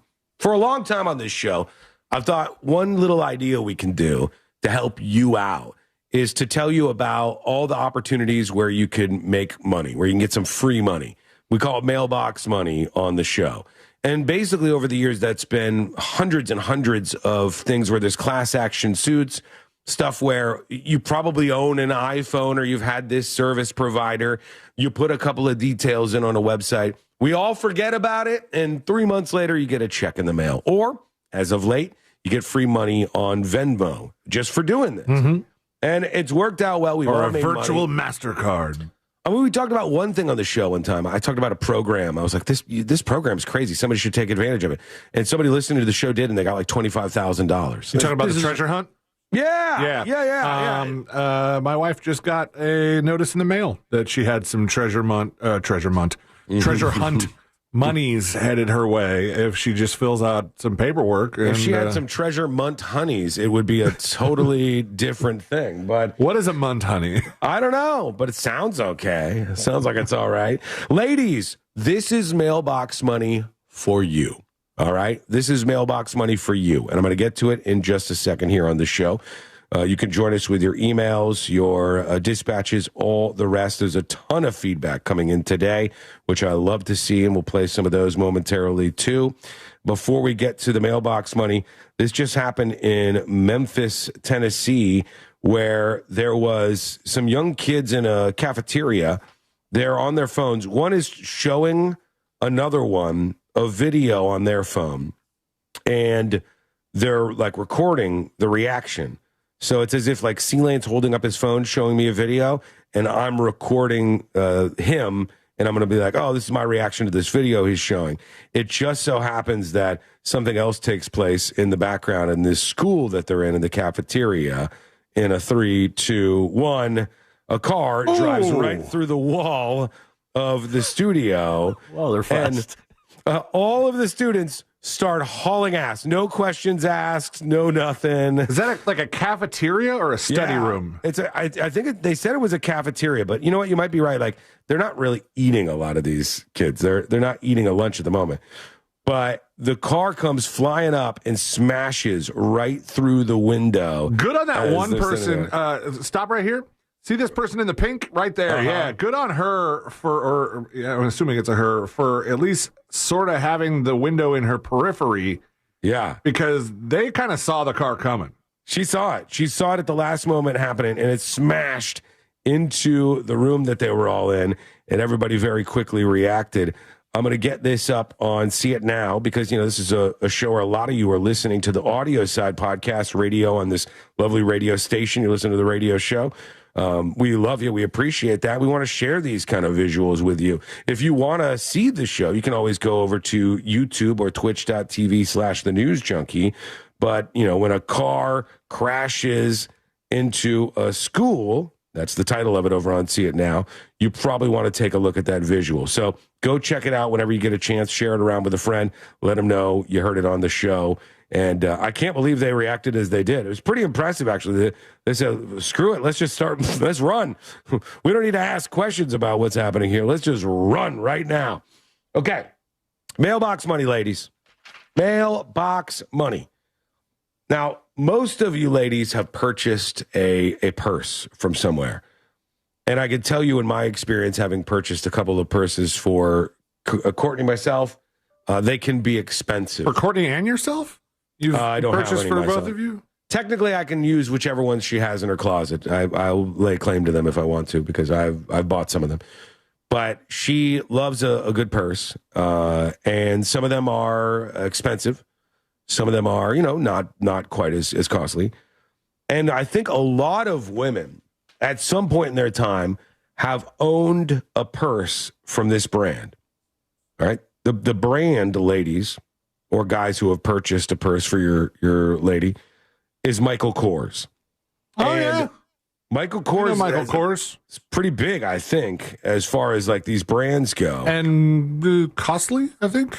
They're not cheap. Maybe they're cheaper compared to like some of the really, really high end brands, but they still cost, maybe $100 or something. Michael Kors, here's the story from Pix 11, has agreed to a class action lawsuit settlement that hands out merchandise certificates to qualified customers. Michael Kors, the designer brand known for its clothing, handbags, shoes, and accessories. You might have sandals. You might have clothes from Michael Kors or earrings or whatever. They were accused of advertising misleading discounts. The brand is not admitting to any wrongdoing, but they have agreed to pay an undisclosed sum to resolve the claims. The settlement benefits include individuals who are making a qualifying purchase at a Michael Kors store between 2019 and 2025. So, ladies, guys, if you purchase anything at a Michael Kors store between 2019 and 2025, you get $30, right? $30. Nice, easy. It's Michael Kors. That's Michael K-O-R-S. More than Verizon is offering. It is actually. Michael K-O-R-S. Michael Kors.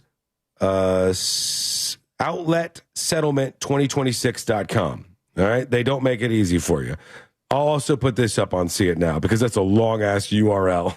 You could get $30 from Michael Kors if you purchased one of those or anything at their stores. And the claim website is Michael Kors, Kors, Outlet Settlement 2026. I'll link it up over on the See It Now section of the newsjunkie.com. There's also an Amazon one, I think, going on right now that had to do with people being like, not erroneously, but like signed up for Prime without knowing. Like there was some kind of devious ways they were getting people to sort of pay for the Prime services. And I think you can get like up to $51. Oh, really? Yeah, something like that. Why not take this money? That's what I'm saying. Like, if they're going to say, look, we're not really admitting any guilt here, but the court is saying we have to pay up to customers. Whenever this happens and it's like a phone provider, or what have we had? We've had Apple before, I think C-Lane has done this. Apple, Facebook. A lot of them are settlements that revolve around some important data being taken. Like a lot of times if there was a breach and somebody downloaded a bunch of your information, you're entitled to some money, for some, maybe they got your passwords or your social security number or something. Yep. And it probably hasn't affected you at all financially, but you want the money. You're eligible for the money, you get the money. Since the URL is weird, it's up now in the See It Now section of the newsjunkie.com. Go check that out while we play a couple of dispatches. This is how you join us with your feedback. Insecure Walrus is talking about the church in that viral video. Just give us $10,000 and you'll be a multi-millionaire, God told me. That's what the pastor said. Said God told him, you'll be a multi-millionaire if you give him $10,000 in the next 90 seconds. Two things. I left Nashville for work. I travel around the country teaching classes in cities all over the country to come to Miami. It was freezing when I left Nashville, but I thought, it's Florida and Miami. I don't even need a jacket. And now, here it is, the coldest day Miami has seen in 5 years. Yikes. But that notwithstanding, our church uses a ton of QR codes. Our pastor one time joked we're the church of the QR code as far as that goes, like it was a title, because we just put QR codes up for all the announcements and things. You can tithe electronically via a QR code if you don't want to put it in the, write a check and It's put it in the back. 2026, right? But signing up for like homeless volunteer things, Angel Tree at Christmas, going to, some kind of small group event, all that kind of stuff. It's all QR codes up on the screens just because it's a lot easier than trying to put up a website. Yeah. Just keeping up with the times. He brings not up a jumping the good shark or anything like that. He brings up a good point about the thing. Like, my parents, when we did the offering, wrote checks all the time, but they're trying to get rid of the paper check. So I would wonder if I went back to my old Catholic church, do they have some sort of QR code or sign up online for your Venmo. offerings? Yeah. Yeah. I don't know. It seems lame. I get that you got to move with the times. Even the hobos out there on the streets got to open a Venmo or a Cash App because people aren't carrying around change like that. It's just not happening that way. So I get that you got to do it. But I think when you have a pastor e-begging and, or just begging in person, actually, for $10,000 so he can get another private jet, and he wants it in 90 seconds, and God told him that he'd make these people multi-millionaires. One thing that sucks is it works because people do donate to the church with the express idea that it's going to bring something good for them. It's like this weird, unspoken thing where you go, well, many parishioners have given to the church, and many have gotten many, many millions back. And you're like, well, I want millions back. What can I get here? That's absolutely, positively a thing that motivates some of these people. So it works, as weird as it might be. Here's Simply Jeremy. Let's see what he says. Hello, everyone. Simply Jeremy here. Hey. Okay, I got to share this. This just happened. So my daughter, who is 25, just called me. She is an HR person for a third party that sells Spectrum. In other words, when you go to Walmart and the people that are standing in there trying to get you to buy Spectrum, she hires them. She's their HR.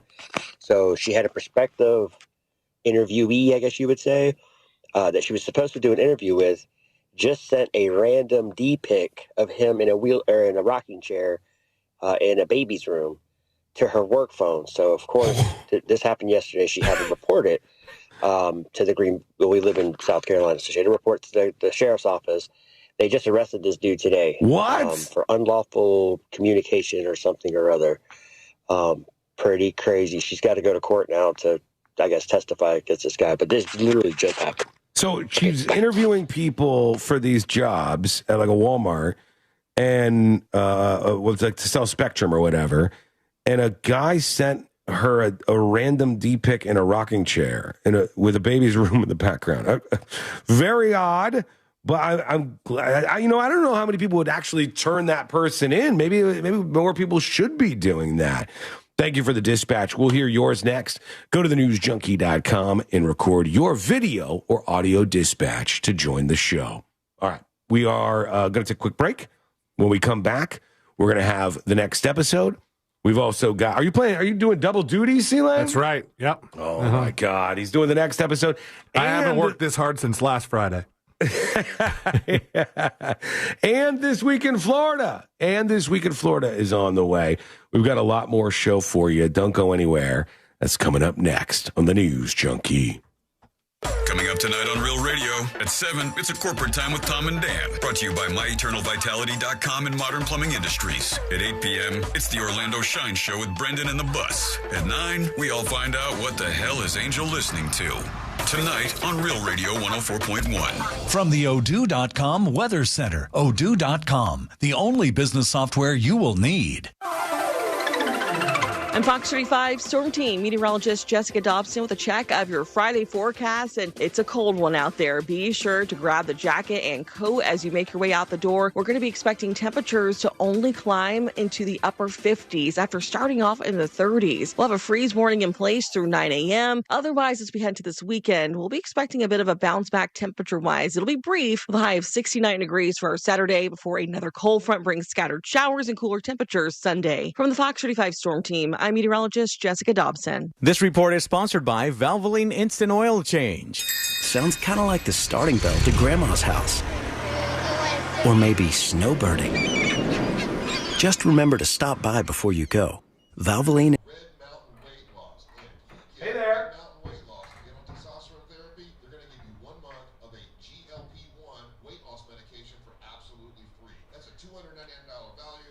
I gotta tell you, I was thinking.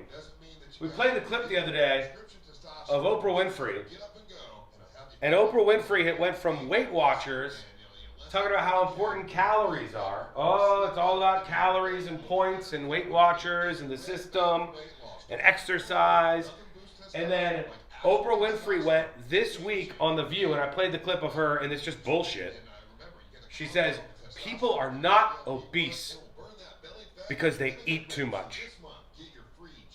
Oprah said people have obesity and that causes them to eat too much. So once again, this worldview that people have no agency, that you're not responsible for anything that you do, you're not fat because you ate too much, you're not fat because you've been lazy, you are fat because you contracted obesity somehow, got it from your mama. And when contracting that obesity, now you have no choice but to eat and eat and eat. And I thought to myself, oh, never mind. It all makes sense now. Didn't Oprah just start working for one of the GLP companies? Yeah, that's it. Oprah just started to work for one of the GLP companies.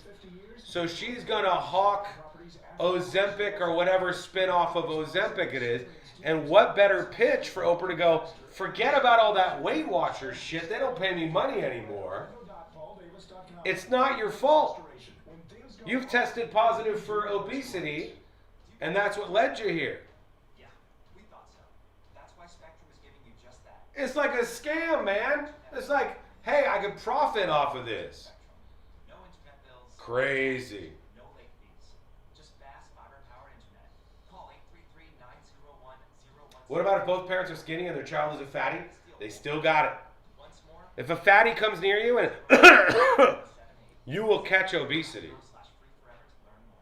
How do you think I got it? I got a little too close to a fatty. I can't help it. In boom, millions, exactly. True. Yeah, I mean, it's not out of nowhere that all of a sudden Oprah has completely changed her take on weight loss. And you're obese because you have obesity, and that's what causes you to eat too much. No, you fat ass. You're obese because you eat too much and don't get enough exercise. And then your stomach expands, as does your appetite, and on and on and on we go. And the fatter you get, the less exercise you get to work it all off. And then you get so fat that it's really not the most important thing to you because you still have all that skin hanging out afterwards. It's all about the money, baby. Not that I have a problem if you're taking a GLP. Do it. Get skinny. Do your thing. Get healthy, more importantly. But let's just think about why Oprah's saying this nonsense. Money, money, money. Coming back. Sounds kind of like the starting bell to Grandma's house. Call 800-478-6430. Again, 800-478-6430. Sounds kind of like the starting bell to Grandma's house. Or maybe snowbirding. Just remember to stop by before you go. Valvoline Instant Oil Change. Oil changes in about 15 minutes. No appointment needed.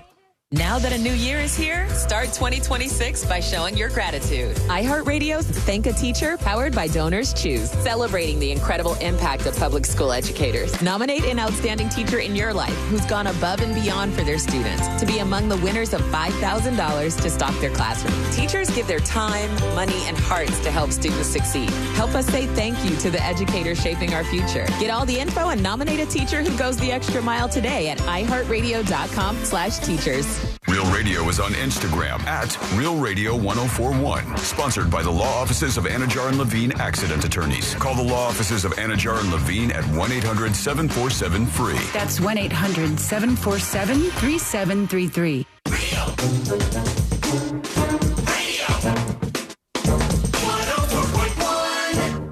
Occupying the space between high society and prison tattoos. This is the News Junkie.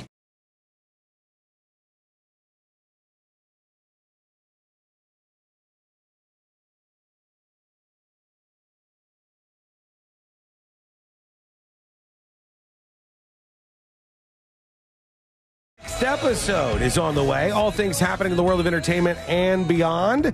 And you could be on the show just moments from now. How do you do that? Send an email, tips, TIPS at thenewsjunkie.com. If you want to be anonymous, put that right up on top. Before we get to the next episode, a couple of things.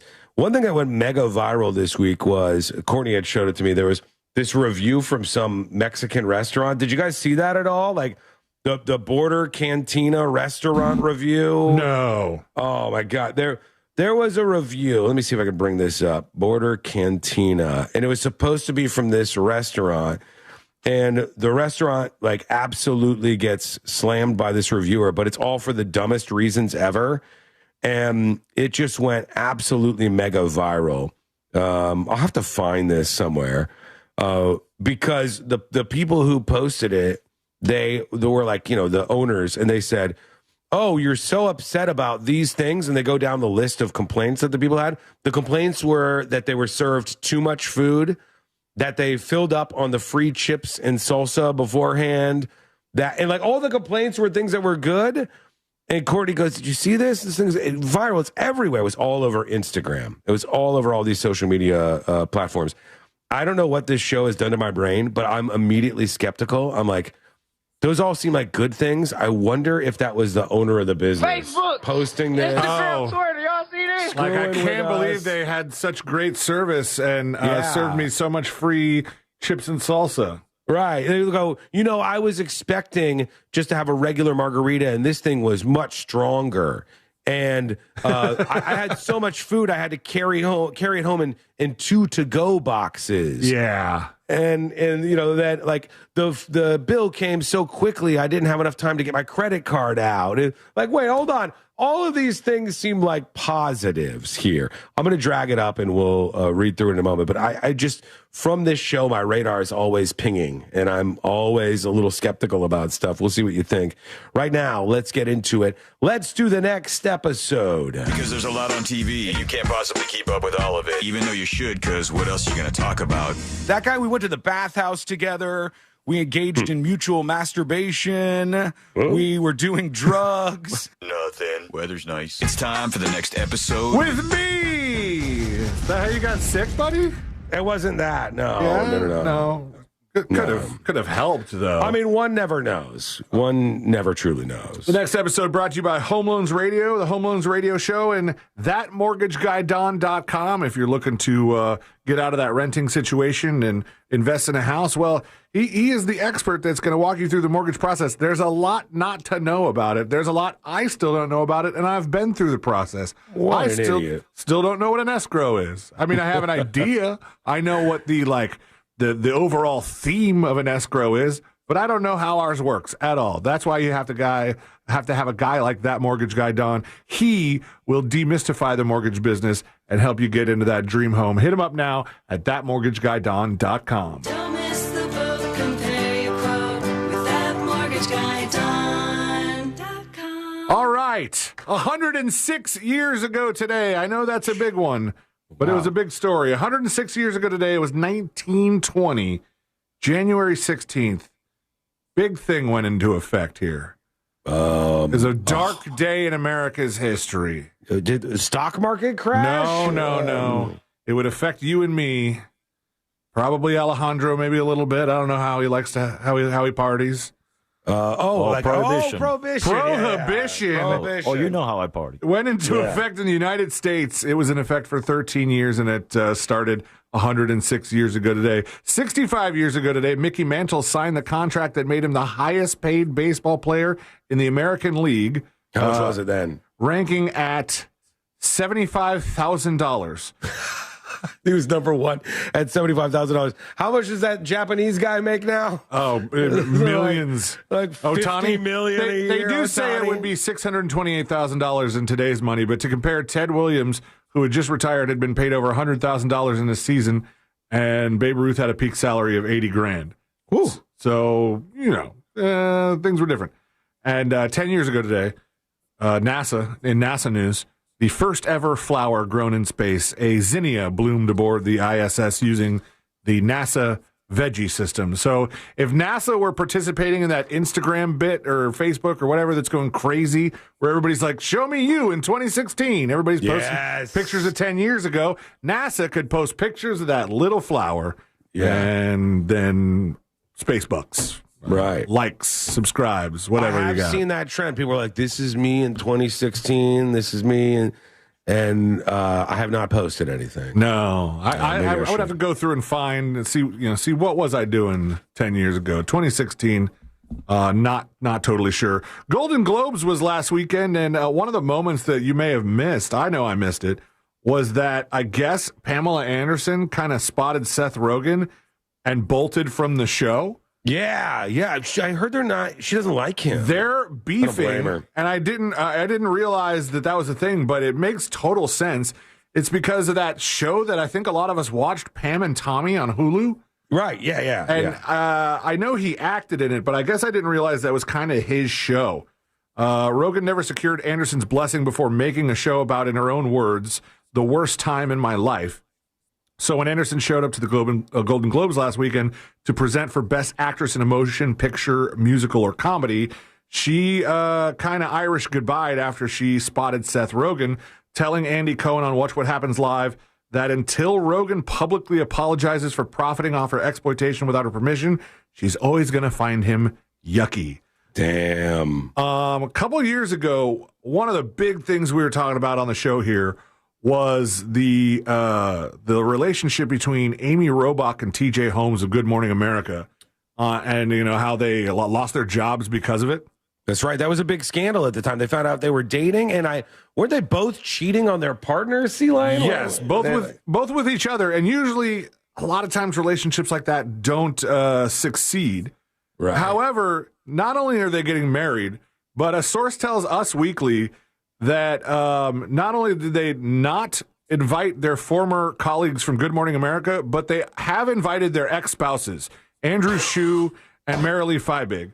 Yikes. Fiebig, however that says. But the source says they're not expecting them to come to the wedding.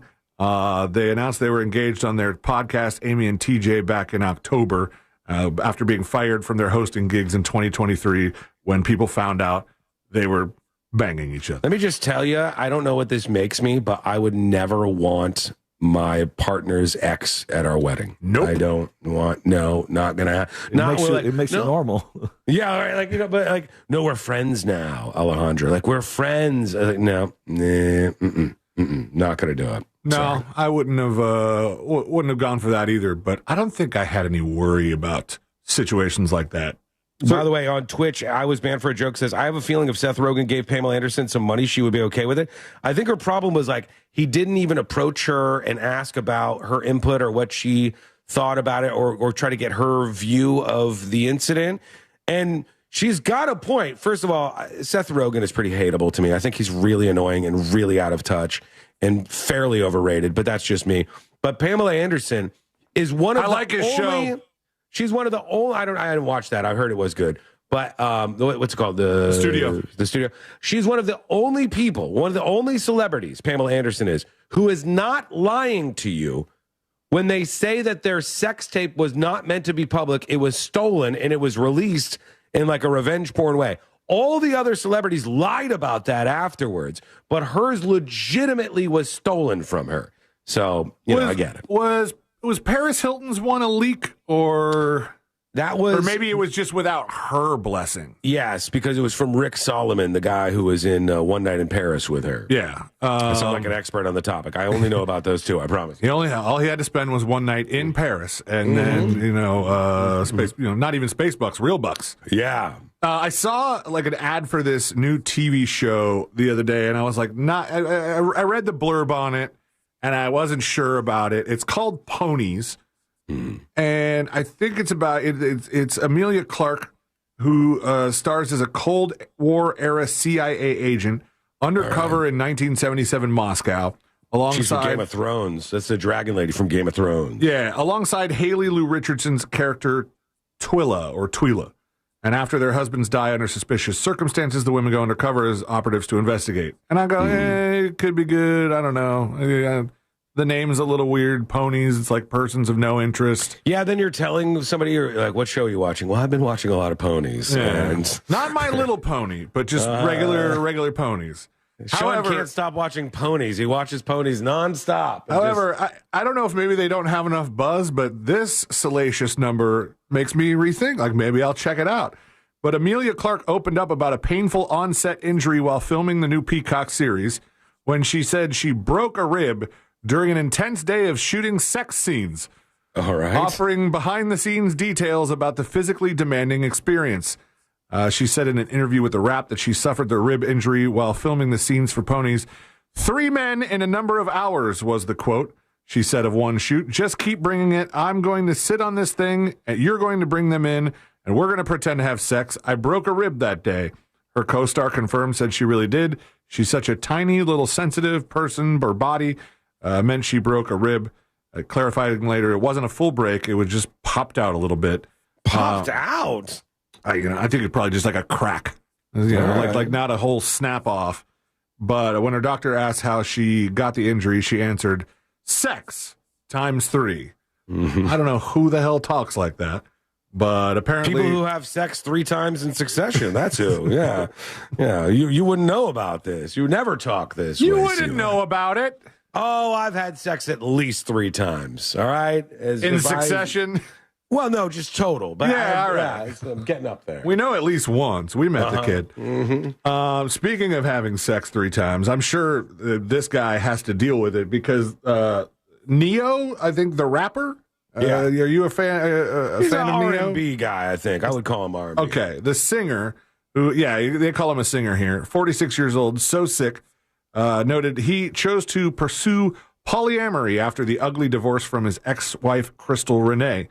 So now he's saying that it's really hard work having one relationship with 3 women. He told Sherry Shepard, I think, I made the decision that I was never going to tell another lie to a woman ever again in my life.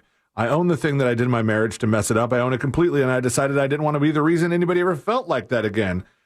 But now he says it's hard juggling 3 girlfriends. And in fact, I think one of them flew the coop. They didn't say which of the 4. There was 4 girlfriends, and one of those didn't work out. So now Neo is just really struggling through 3 girlfriends. Everybody feel bad for Neo. And last but not least, good guy Oasis. They have admitted that they're taking a little break after their long-awaited reunion. Mm-hmm. But it's not because they hate each other again. But they are putting their tour on hold for the World Cup. They don't want anybody to have to choose between soccer and them, and they themselves want to watch the World Cup, so they're saying, listen, we'll be back on the road after the tournament is over, and then, we can keep rocking again and keep being Oasis and play Wonderwall some more, and but in the meantime, enjoy the World Cup. That's it for your next episode. There he goes. Listen to the crowd. Thank you. I don't see the people in the studio. I'm looking at the monitor. The camera's that's not turned in that direction. That's just me. I'm very talented when I clap. I don't know if you can pull that off, Alejandro. As talented as you are, I don't know that you can pull. Whenever I hear about 4 women being with one man, I'm like, what is the motivating factor for the women here? Neo is not really famous anymore. Neo is not like top of mind for anybody. Why are there 4 women who want to be in a relationship with this guy at the same time? Now, this is just me and my bones. I'm not somebody who would ever want to be with more than one person at a time. It's like, that seems like a nightmare to me. It seems like something you want when you're 15, and then afterwards, what a nightmare! I can't even. Come on, you go home today. There's 4 wives at your house, Alejandro. There's not going to be. He said girlfriends. Yeah, because he's not turning them into wives. There's no wives. Okay, we're going to take a quick break. We've got This Week in Florida coming up next. C-Lane's got something to show me here because I see you emailed me something. Can I cheat? Can I look at this? I mean, if you want, you're not going to see much yet, but it's video. Mysterious, whatever it is. It's footage from one of the stories. Okay, it's very mysterious. Look at this. Let me just like a peek. Like there's something weird going on here. Something that goes bump in the night. Yeah, and then it goes pop pop pop pop pop pop pop. Okay, we're going to bring this to you, every one of you. We're going to tell you what's going on in this story and everything else in the state of Florida. The roundup for all the wild Florida stories of the week, This Week in Florida, is coming up next on the News Junkie. Your chance to win $1,000 in your hand is minutes away on Real Radio 104.1. Brought to you by Mills Air. From the Clausman Law Traffic Center, car crash, call Clausman Law. ClausmanLaw.com. The roadways aren't too bad this afternoon. You won't be running into any accidents tying you up or slowing you down, although you're still going to get caught up in some slowdowns on I-4. There's congestion getting through the city near that 408 ramp junction. Slowdowns on I-4 between Sand Lake Road and Osceola Parkway. Getting through that amusement park area is always tough. But if you do see traffic troubles, call the Valvoline Instant Oil Change traffic tip line at 866-676-8477. From the Traffic Center, I'm James Birmingham. This report is sponsored by Valvoline Instant Oil Change. Sounds kind of like the starting bell to Grandma's house. Or maybe snowbirding. Just remember to stop by before you go. Valvoline Instant Oil Change. Oil changes in about 15 minutes. No appointment needed. Imagine kicking off the new year with $1,000 in your pocket. Hello. Welcome behind the scenes of the show. This is what we call Skull Mic, friends. Why Skull Mic? Well, it started with just a microphone talking to you live. There's a skull down here. Don't believe me? Oh my God, he wasn't lying. Oh my God, there is a skull down there. Skull Mic.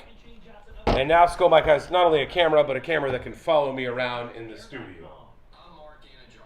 We're on a commercial break, network commercial break at the moment. We'll be back shortly. It's good to have you all. Good to see all these familiar faces and all these new folks as well.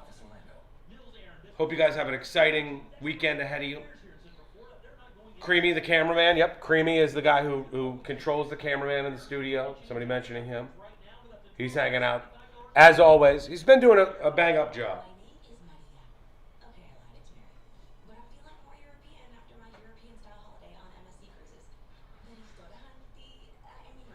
You guys want to hear an angry email? Chat, you want an angry email? Yes or no?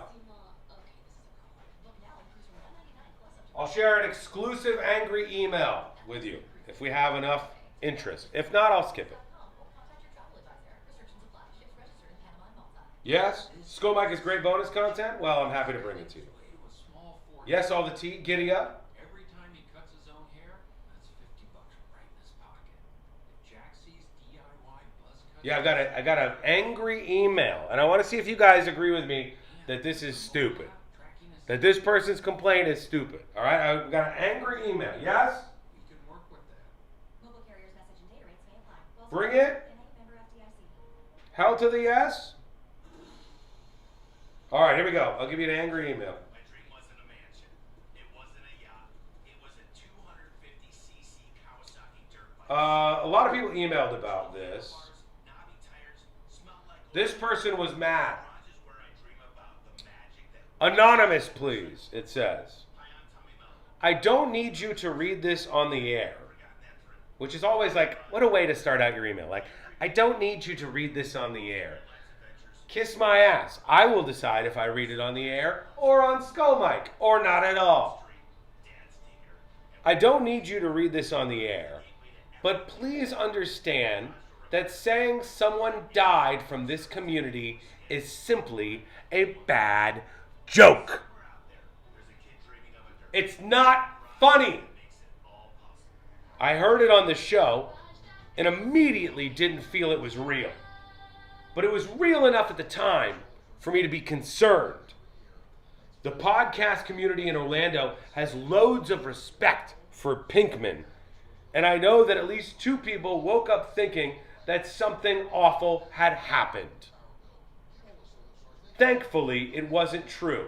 But honestly, that was super fucked to even joke like that on air.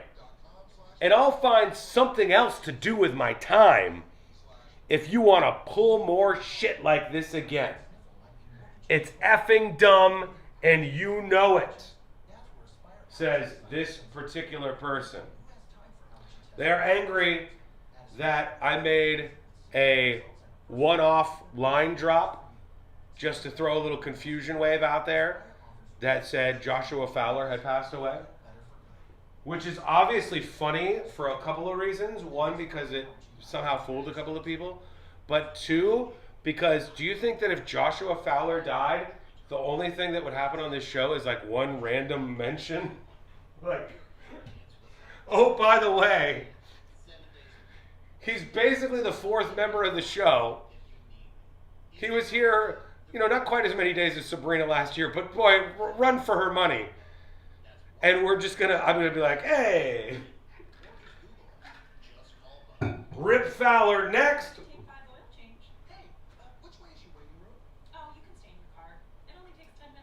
What do you think? Is the person right or wrong in this email? Is the emailer right or wrong?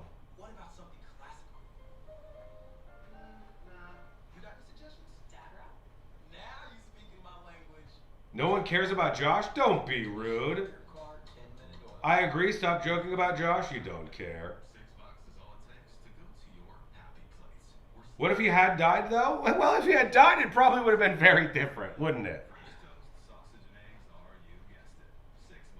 Dumb email, dumb complaints. Cry somewhere else. No one likes you. I know who you are. I know who sent it. You're annoying. No one likes you. You're a fat loser. No one likes you. I know who you are. I know who sent it. No one likes you.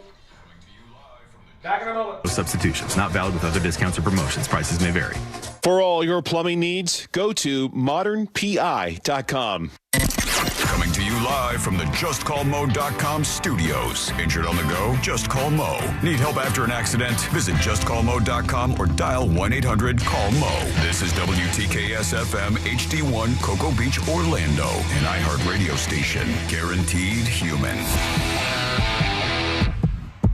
Real Radio has your chance to win $1,000. Just enter this nationwide keyword on our website. Check. CHECK. Check.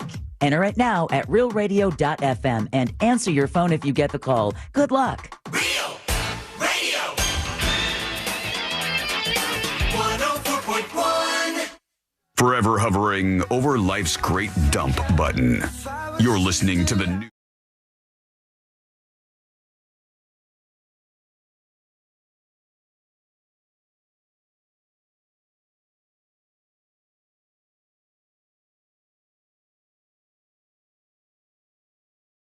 On a Friday, thank you for being with us here on the show. And it's never too late for you to join us. Email the show, tips@thenewsjunkie.com, tips@thenewsjunkie.com. I was reading an email. Somebody was pissed off. I was reading an email to the folks on Skull Mike during the break. This is one of the many reasons why you should hang out on YouTube or Twitch, because you get more. You get some extra behind-the-scenes drama. So go check it out over at youtube.com/thenewsjunkie, or just search for The News Junkie on YouTube. You'll see the channel there, and subscribe. Okay, C-Lane, double duty for you. That's right. Are you ready? I am. Yes, I am. Here we go. Let's do This Week in Florida. Giving you a recap of the most grown-worthy stories in the state. It's This Week in Florida. Yeah, that's right. It's Friday. It's 2 o'clock. Let's take a trip around the... It's not 2 o'clock yet. It's 1 o'clock. Yeah. Well, it's 1 o'clock. I haven't done that intro in forever. It's Friday. It's 1 o'clock. It's time to take a trip around the Sunshine State, see some of the craziness that has gone on in the past 7 days or so. And we start with this story has like 2 red flags for me. One of them is I don't know if I believe the person in it because, you know, big if true, but also good excuse. And the other one is I think as we move forward with stories like this, the idea of AI is going to get a lot of credit that it doesn't need to. People are very afraid of AI and what it can do and how it can impersonate people. But there's some of the things that people blame on AI you just straight up don't need it for. In fact, it would probably complicate things more. And I'll explain that when we go to this woman who says no one verified the evidence because an AI-generated deepfake sent her to jail. Wow, okay. I'd be pissed. This deepfake was not a AI-generated deepfake piece of audio. It was not an AI-generated deepfake video of her committing some crime. It was a picture of a text message that she said put her behind bars. Really? You don't need AI to fake a text message. That's true. There's lots of websites that can do this. I saw one the other day. I'm on one right now. And, are you? Yeah, and it's I can put in that the text is from Sean Wasson, and it shows up like that. I could put your picture in there if I wanted to, and then like I could pick whether I send blue text or green text, whether it's the recipient or the sender, and I can generate what looks to be an iPhone screenshot of a conversation between me and you. No AI, just coding, and you can make fake evidence, fake texts, fake messages. And it's incredibly easy, but the point being that you don't need AI for something like this, even though this is what Melissa Sims said. It was horrific. She said she spent 2 days of hell in a Florida jail. She said it's like you see in the movies. And then she quotes a thing that's not a movie. Orange is the New Black. I got put into basically like a general population, and her story made headlines around the state. Her and her boyfriend had recently moved to Florida from Delaware County in Pennsylvania, Delco. She said her nightmare began after she called the police during an argument with her boyfriend. When she said he allegedly ransacked her home. Next thing I know, I'm looking at him and he's slapping himself in the face. I didn't do anything. He's smacking himself in the face. She also said he allegedly scratched himself. When police arrived, they arrested her for battery. As part of the bond, the judge ordered Sims to stay away from her boyfriend and not speak to him. Fast forward several months, she said her boyfriend created this AI-generated text that called him names and made disparaging comments. But because the judge ordered them not to communicate, she got arrested for violating her bond, saying nobody verified the evidence. Judge Herbert Dixon said the ordeal is one of increasing frequency. Several years ago, it started out with just fake audio recordings, and now it's gotten to the point of fake video and images being produced. Damn. And whether it's fake or not, or, you know, whether she did send the stuff and just be like, no, it was AI. He AI did. I didn't call him those names. But it didn't need to be AI at all. That was the case. Right. It's scary that you don't even need AI to fake evidence. You can just do it with the other stuff, but you can do even worse stuff with AI. We're doomed. We're doomed. But I think there's going to be a lot of things that are going to get blamed on AI that just aren't. And we've seen the opposite. We've seen people who like claim to be selling AI services that they don't actually have the AI to do, so they're paying people bottom dollar to do the tasks. Alejandro, are you using AI at all? No, but I have used it as an excuse. Yeah. An excuse for what? Yeah, marriage something's things. fake. Marriage Yeah. things. Don't worry about it. It wasn't me. It was never me. It was AI. Right. Somebody's after me. You don't know what's real anymore. I bet there's more people who say that that's fake, that's AI, than there are instances of people actually faking it and getting people caught up in the mix. I bet. It's like like Adam Sandler with the goat riding the roller coaster. He's like, it wasn't me. They superimposed me. Yeah, exactly. Yeah. That's a deep, deep cut, but a couple people listen to that album. Over to the video that I sent you, because this is out of Marion County. Newly released surveillance footage reveals the moment a Marion County Sheriff's deputy was shot inside his cruiser. The incident began when the deputy stopped Rihanna Hardin, 22 years old. She was initially arrested for possession of methamphetamine, marijuana, drug paraphernalia, providing false ID, and driving with a suspended license. And at 22, she had already been convicted of a felony, so the gun that she was hiding in her pants was even more illegal. Wow. I guess he did some sort of like pat down on her, but not enough. I don't know if he's worried about where he touches this person, but it says while being transported to the Marion County Jail, Hardin, who was handcuffed in the back seat of the patrol vehicle, managed to slip one hand out of her cuffs and open the plexiglass partition between her and the deputy, which should have been a red flag to start with. But then she starts blasting. Let's watch. All right, I got this. Here it is.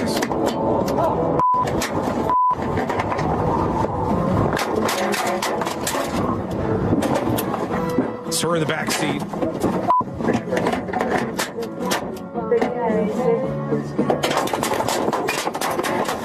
She's busting through. She fired at him. Do we hear the fire? The gun going off? I think we already heard it. Oh, it's really? hard. It's hard to make out the gun over the Edison Lighthouse blasting from the radio. Yeah. Grandma Rosemary goes. Now the music's just pumping in the background. It was kind of more subdued than I thought. So she grabbed the gun and fired it in the police car, huh? No, she grabbed a gun that she was concealing. Yeah, and she shot him. This is what happened. So she fired multiple shots through the partition. The deputy returned fire, and then the vehicle eventually crashed into a utility pole. Both Hardin and the deputy sustained non-life-threatening injuries. And from a picture that I saw of the scene, it seemed like the deputy got out of the car and was able to fire back into it or something. But there was definitely some bullet holes in the windows. Holy cow. Is everybody okay or what? Yeah, they were both got the non-life-threatening injuries and were taken to area hospitals. A revolver with 6 spent shell casings was recovered at the scene near where she was removed from the vehicle, which ended up getting her an additional charge of attempted first-degree murder of a law enforcement officer, not to mention her being a previous convicted felon. But it's one of those things where, like, in the movies, when gunshots ring out, usually, like, the suspenseful music kicks in, and whatever club music was playing sort of goes away. But in this video, because Click Orlando had the full, like, police cam footage. In fact, it was so long I had to, like, skip through it to find where the gunshots were. And this dude was blaring the radio, and it just kept going. And he had a pretty eclectic mix. He went from Edison Lighthouse to Modest Yahoo. You know, that lady was, waiting for the rest of the cops to show up. Just kind of, she had a nice little soundtrack for what would be maybe her final moments of freedom. There you go. I have a question for you, Alejandro, because I don't think Sean deals with this in his household. But do any of the females in the Alejandro household possess Stanley cups, those big tumblers, the big 40-ounce deals? Yes, I mentioned earlier my daughter goes to FSU. So she has a couple of them. She has a couple of them. My wife's got approximately 17. Wow. But they say there was an incident at a workplace before stealing a used Stanley cup from a female coworker. An accused thief remarked that the insulated tumbler would be great to hold my breast milk, end quote. Okay, all right. Cops arrested Ariana Moss, 29 years old, on a misdemeanor charge, which is weird that you would have somebody arrested over a stolen Stanley cup, but people really value those things. And they're not the cheapest cup on the shelf, but they say the misdemeanor charge in connection with the theft at a recreation complex in Largo, Florida. According to the arrest report, Moss was observed on video surveillance looking at the cup numerous times before taking possession of the victim's 40-ounce light blue Stanley and concealing it in her lunchbox, which, by the way, has to be a pretty decent-sized lunchbox. Moss, cops say, saw the 22-year-old victim frequently drinking that day from the $60 Stanley cup during multiple interactions with the victim. At one point, a witness or employee told police Moss had pointed to the cup sitting on the office cabinet and remarked, "That cup would be great to hold my breast milk." Pictured above the Moss, pictured above, I'm not picturing anybody. Moss, who worked as a supervisor, quit her job 3 days after the incident and has not been heard from since. So the Stanley caper was quickly solved, and everybody goes home happy. This guy I've seen a lot in the news.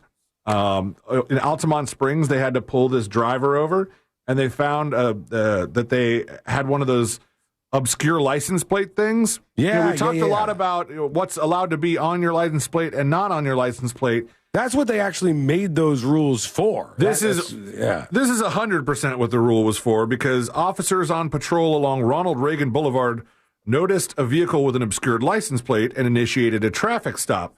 Once they started checking this vehicle out, they saw that the vehicle had a remote-controlled license plate cover wired inside the car, allowing the driver to push a button and it would like conceal the tag when going through tolls.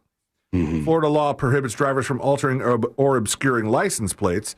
And I think the way he did this was even like super illegal. Like, this is not just the frame that the dealership puts around you. Not just illegal, super illegal. I mean, it's not a felony unless you're committing another crime, but it's definitely a misdemeanor. And so they didn't get arrested, but they got a notice to appear and received a criminal citation. 19-year-old band director accused of molesting a 16-year-old at Brevard High School. Jeez. 19-year-old band director. That's pretty young to be running the music program you're just there. Barely out of school, for God's sake. But the music director who worked at Bayside High School, I've heard that before, has been arrested after he was accused of molesting the underage student. It started off with some private lessons and then private text messages, and now the person is in jail. The weird part, they arrested this person at the middle school. So not only was he doing the high school thing, but I don't know what his business at the middle school was, but I think that would have probably some of the middle school parents a little concerned. In Pompano Beach, a sergeant with the Broward Sheriff's Office is in big trouble on allegations he attacked his wife of 12 years after finding her cheating on him. Cape Coral father has been arrested after a school finds a loaded handgun in his 5-year-old child's backpack. Father and child survive a small plane crash in Okeechobee County. The father and the 11-year-old are okay. And last but not least, if you're seeing some extra traffic down in the West Palm Beach area, Air Force One's departure from PBI was disrupted after the Secret Service discovered a suspicious object across the street in a tree line during advanced security sweeps. They really check these things multiple times. That's an old thing. That was where they found that little tree stand over there. This wasn't the tree stand. This was on the route. The tree stand. The tree stand was in view of the airport.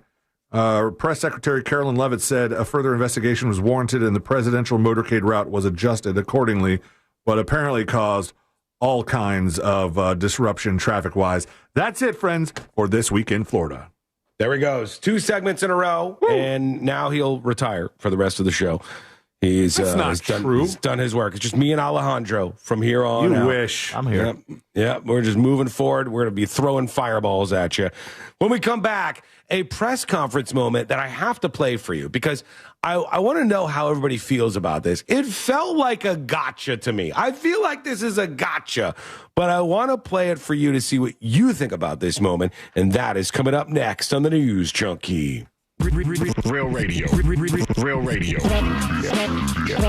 Radio 104.1. Look out for road rangers off to the shoulder, clearing up an accident on the ramp from Florida's Turnpike southbound to Osceola Parkway. That's about it. There's no accidents affecting your ride this afternoon, just typical delays piling up on I-4 still. There's slowdowns getting through the city and delays between Dr. Phillips and getting through that Celebration area. See traffic troubles, call the Valvoline Instant Oil Change Traffic Tip Line at 866-676-8477. From the Traffic Center, I'm James Birmingham. This report is sponsored by Valvoline Instant Oil Change. Sounds kind of like the starting bell to Grandma's house. Or maybe snowbirding. Just remember to... Consolidation, then you got to work with that mortgage. Hey folks, welcome in. ThatMortgageGuy.com to work with an expert and a friend that you can trust. Breaking news. No spam, no hassle. Breaking news. Trump administration now saying they're going to work with the remnants, the leftovers, the leave-behinds of the Maduro regime so that Venezuela does not turn into Iraq. They're saying that they're going to work with the folks who are left behind in Venezuela in the Maduro administration so that it doesn't turn into Iraq.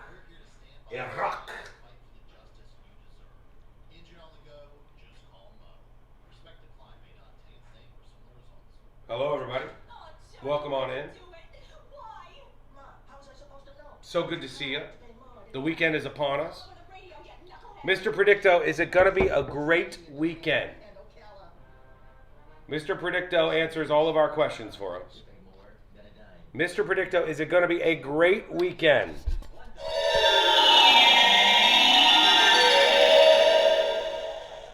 The answer is no. That is not the best news I've heard in a while. Mr. Predicto says it's not going to be a good weekend. I was hoping I'd get my voice back for Monday. Maybe not even that. Not great.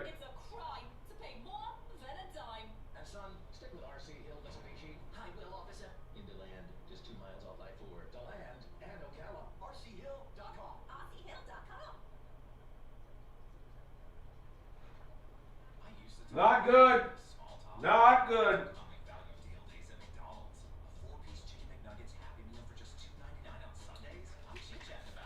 You know, I saw with younger people right now, trade schools are blowing up again.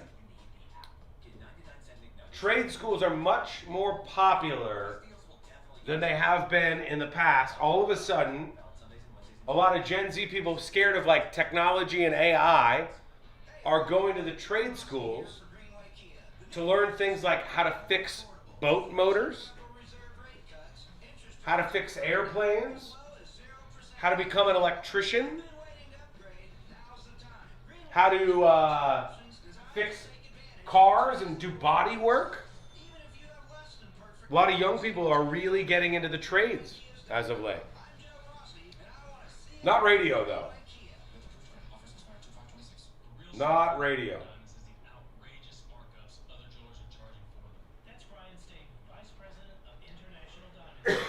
2 minutes and we're back live. I've got this gotcha moment in this clip that I want to discuss. It's been big viral in the last 20 hours or so, and we're going to talk about this.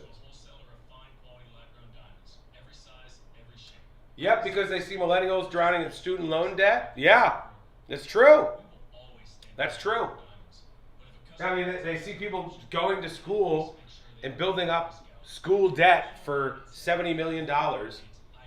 And the only person that gets blamed is the government. Nobody blames the fucking colleges. It's crazy. It's unhinged.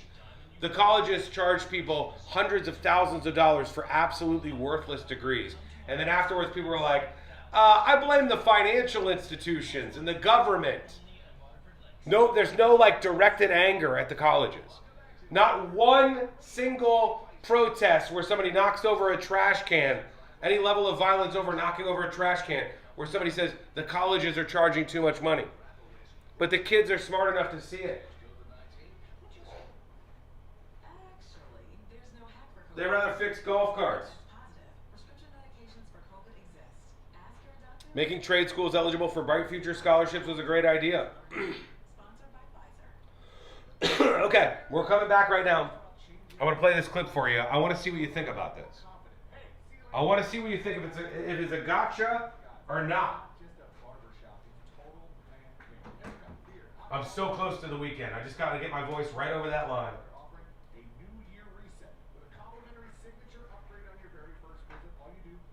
Here we go. This clip is coming up next. A drink in your hand. With locations across Central Florida, they're offering a New Year reset with a complimentary signature upgrade on your very first visit. All you do, you mention my name, C-Lane, and Real Radio 104.1, and book at hammerandnailsgrooming.com. Hammer and Nails. Come as you are, leave as you want to be. New year, new goals. And in this economy, a better money plan is more necessary than ever. I am Matt. And I'm Joel. We are from the How to Money podcast, and every week we help you to spend smarter, save more, and to make sense of what's going on out there. If you want 2026 to be the year you finally feel in control of your money, we're here to give you the tools and advice to help you make it happen. Open your free iHeartRadio app, search How to Money, and listen now. For all your plumbing needs, go to modernpi.com. Real Radio has your chance to win $1,000. Just enter this nationwide keyword on our website. Check. CHECK. Check.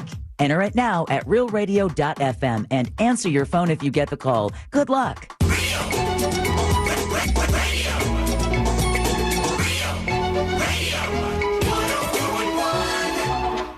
Back to the three best friends you never knew you had. This is the News Junkie.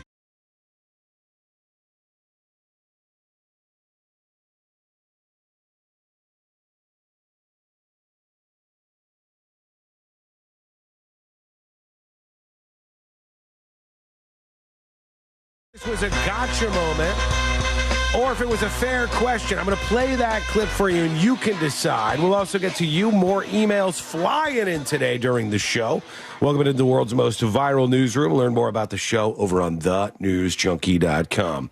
I don't often kiss the ass of the suits over at iHeartRadio. It's not something I'm known to do. You wouldn't say here at this company. They don't go, oh, Sean Watson, the real ass kisser. Yeah, resident ass kisser. If I was better at that sort of like business glad handing and making friends with all the industry people, I'd probably be so much further in this industry. I tend to just want to put on a show and think that the show will be of a high enough quality that everybody who's competent ahead of me and all the suits at iHeart that are competent ahead of me will take a look at it and say, oh, you know, let's let this guy do what he's doing. He's good at this, you know? There's your mistake. That's what I like to think. I like to think that there are competent people around me, but there are not. Like, for instance, there's a timer going on that's for a day or something right now. It's you know, so way longer than it should be. See, Layden, screwing up as I'm looking at my timer for this segment, you know?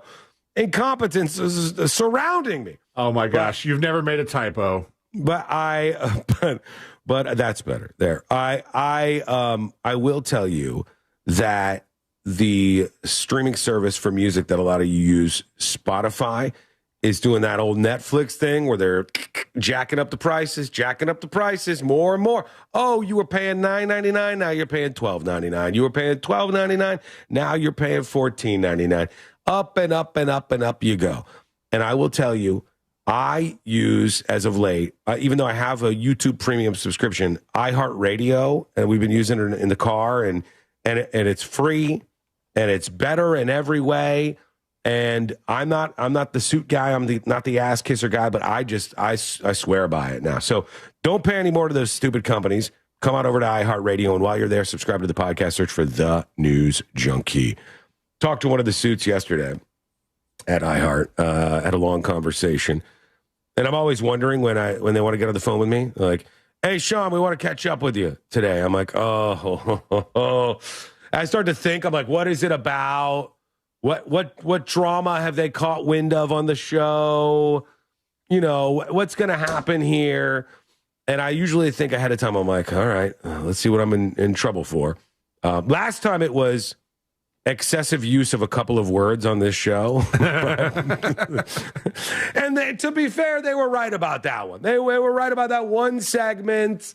And they were like, we don't want to tell you not to say this word or this word, but can you turn it from an 11 to a 9? And we're, okay. All right. We can make that happen, I think. I think we could do that around here. But one beautiful thing about this show is we have a lot of the executives at iHeart who listen to the show, who are just like you, who tune in and like whatever they hear here. I don't know why that is. Maybe everybody else is that bad. Maybe we're that good. Maybe somewhere in between. But you know, I hope in 2026, I think we've got a shot at really taking this show to the next level. And every time I talk to one of these people, every time I have a conversation with one of these executives at the company, I want to tell you something. Every single time I hear from them that one of the biggest things about your show is that I've never seen an audience more activated. I've never seen more people who talk about the show. I've never seen more platforms where they have conversations about it. I've never seen more communities building up around the show. They say, Sean, look, we've got shows in New York City. We're blasting them into 115 markets on some of the top radio stations we have. They don't get any feedback. They get less talkbacks than you do dispatches. They get no emails that come in. There's no people building a Discord community around it. There's none of this stuff happening. So I wanted to take this one moment to thank you for being here and listening to the show and hanging out with us, all right?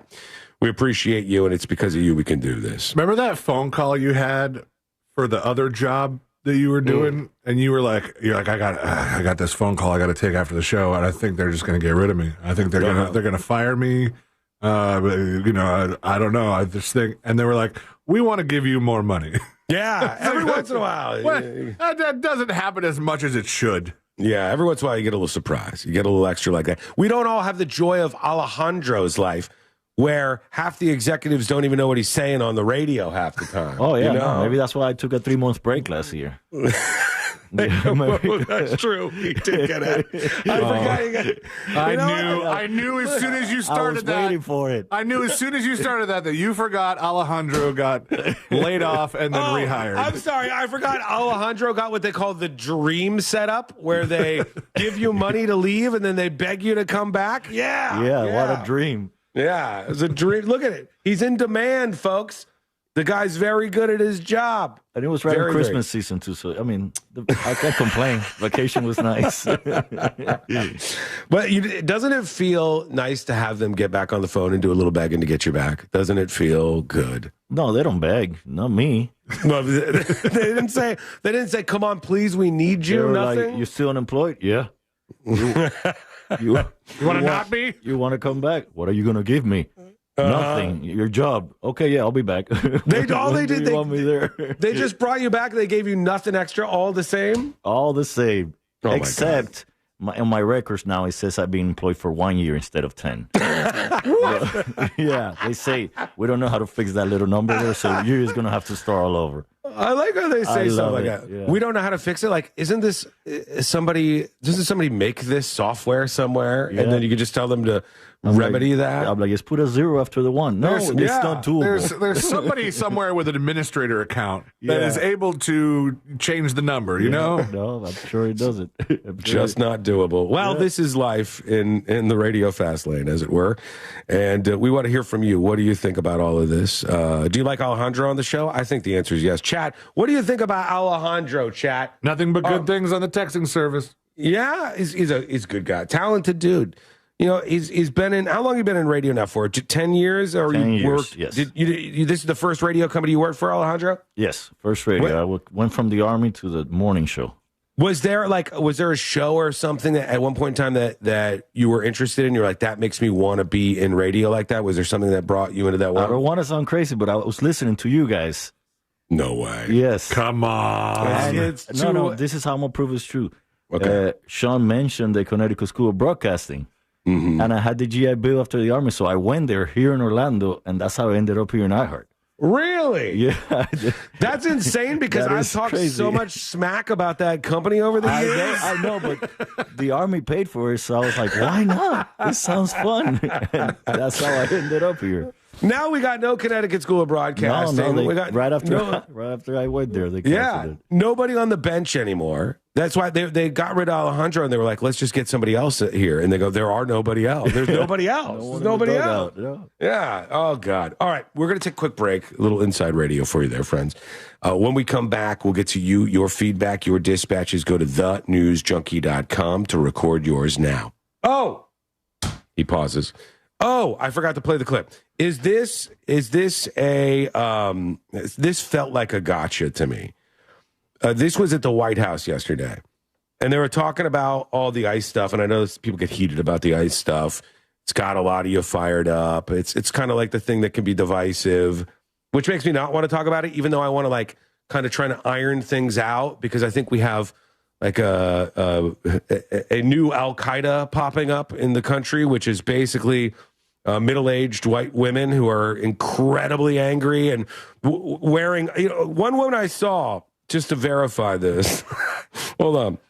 This woman. Now that you've compared them to Al Qaeda, I have Chris Rock in my head going like, I'm not worried about Al Qaeda.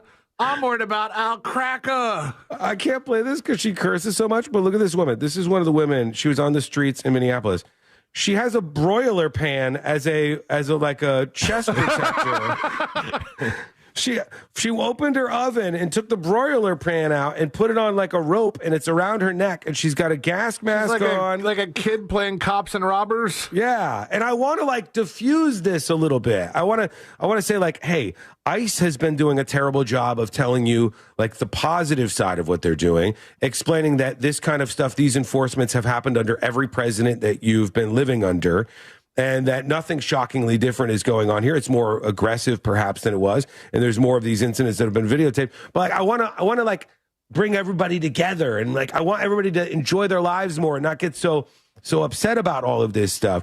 And it's hard to do it over some of these topics because some of you are just so rooted in your belief system, and people online have fired you up. And a lot of times, there's not a lot of truth in the center of these things. So it's hard to combat that. But I try to do that. I want you to know I do that. I try to come from an honest place every day doing it. And that's why I leave all these feedback mechanisms open. But this was at the White House. And Caroline Leavitt, the press secretary, was talking to this reporter. And I thought it was a gotcha moment that she pulled on this guy. But here it is. Let's see. Earlier, you were just defending ICE agents generally. And earlier on, Secretary Noem spoke to the media. And she said, among other things, that they are doing everything correctly. 32 people died in ICE custody last year. 170 U.S. citizens were detained by ICE. And Renee Good was shot in the head and killed by an ICE agent. How does that equate to them doing everything correctly? Why was Renee Good unfortunately and tragically killed? Are you asking me my opinion? Because an ICE agent acted recklessly and killed her unjustifiably. Oh, okay. So you're a biased reporter with a left-wing opinion. What do you want me to do? Yeah, because you're a left-wing hack. You're not a reporter. You're posing in this room as a journalist. And it's so clear by the premise of your question. All right, so I have to say, like, if he just came out of nowhere with that, maybe you'd be like, okay, you're showing bias and what's going on. But she literally asked him. She was like, What is your opinion on this? He's like, what's my opinion on it? And then he stated his opinion, and then it was like, you're a hack. It felt like such a trap. It was like, do you want me to take? First of all, just so you know, they're all pretending in the room. Every one of them has opinions on all of this stuff. They all have like their own ideologies and stuff. They're just pretending like they don't have any biases or whatever. They're all like that.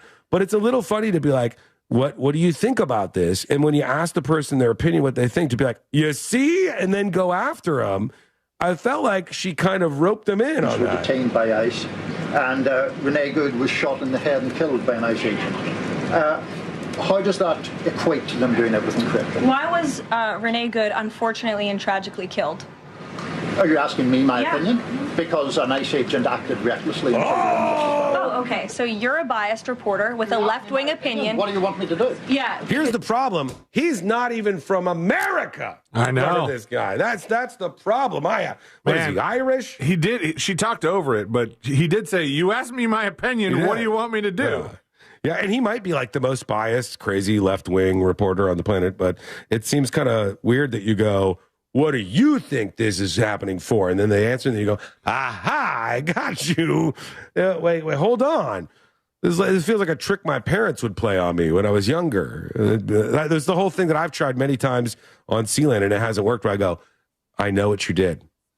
Just tell me before. If you tell me now, you'll get in less trouble than if I have to come out and say it.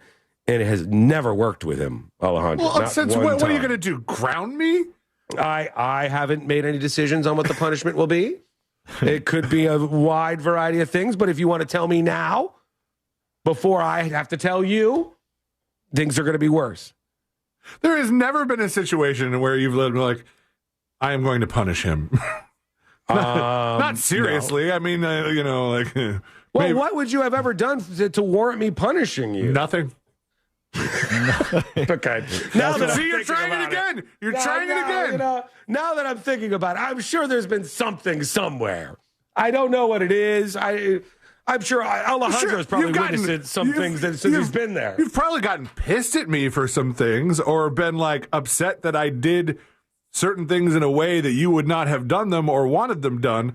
But it's not like you've been like, I found out what you did. And Did for that, you or did you and for not? that, I'm going to suspend you from This Week in Florida for a month. Listen to me. Listen, did you or did you not drink a beer before 11 a.m. today? I did. Yeah, that's what I'm talking about. He's an alcoholic, folks. He's an alcoholic. He's drinking before the show. See, I feel like that's that what was you a did. work thing, you know? I like how this is the only job in the world where you can say that. I had to drink before 11 a.m. for work. I needed to. And he's right. He's right.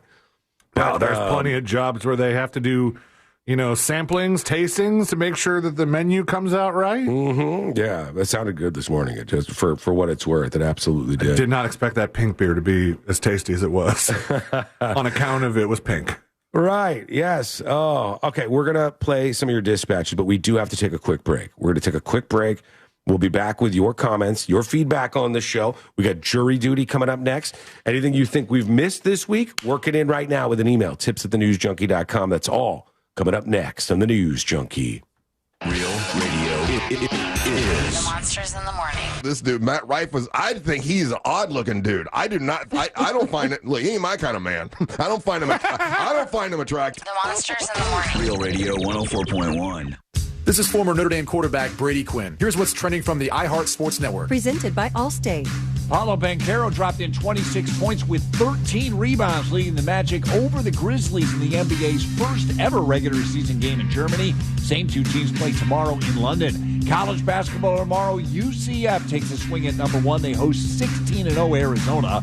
4 NFL playoff games in the divisional round this weekend. The 2 games tomorrow, the Broncos host the Bills, and the 49ers are at the Seahawks. I'm Matt McCoy. Wish you could save on home insurance? Good hands with Allstate. Did you talk to him? Hang on.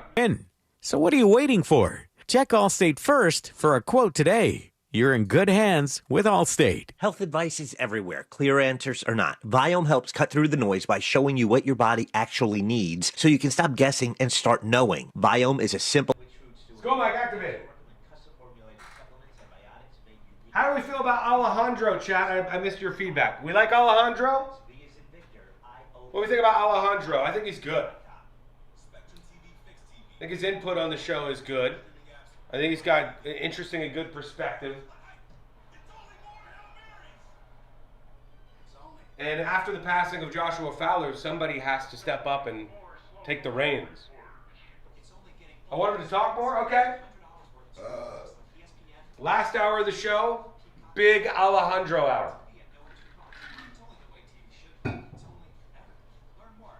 Love his voice. Seems like a nice guy. Alejandro's awesome. Put him on the payroll. He's awesome. I like Alejandro. He's good but quiet. Want him to talk more. I prefer Josh. He's awesome. I'm a big lip gloss fan, and listen, I've tried so many different ones. Maybelline Lifter Gloss is definitely the one for me. No sticky feel, super hydrating. Maybelline Lifter Gloss has been one I've used forever, and I suggest you do too. Go find it. 90% of the media is either status quo culture lock or else is swerving right in favor of capitalism, rugged individuality, law of the jungle, and now basic support of whatever Trump is doing. I don't understand the claim. I mean, you're not claiming that 90% of the media is supportive of the Trump administration. I know you're not that unhinged to be saying that. It's just, come on. That's just, I don't think that's what you're trying to say. Alejandro's cool AF. Are Josh and Sabs really off the show? Unfortunately, these things happen. I don't know, though. Maybe.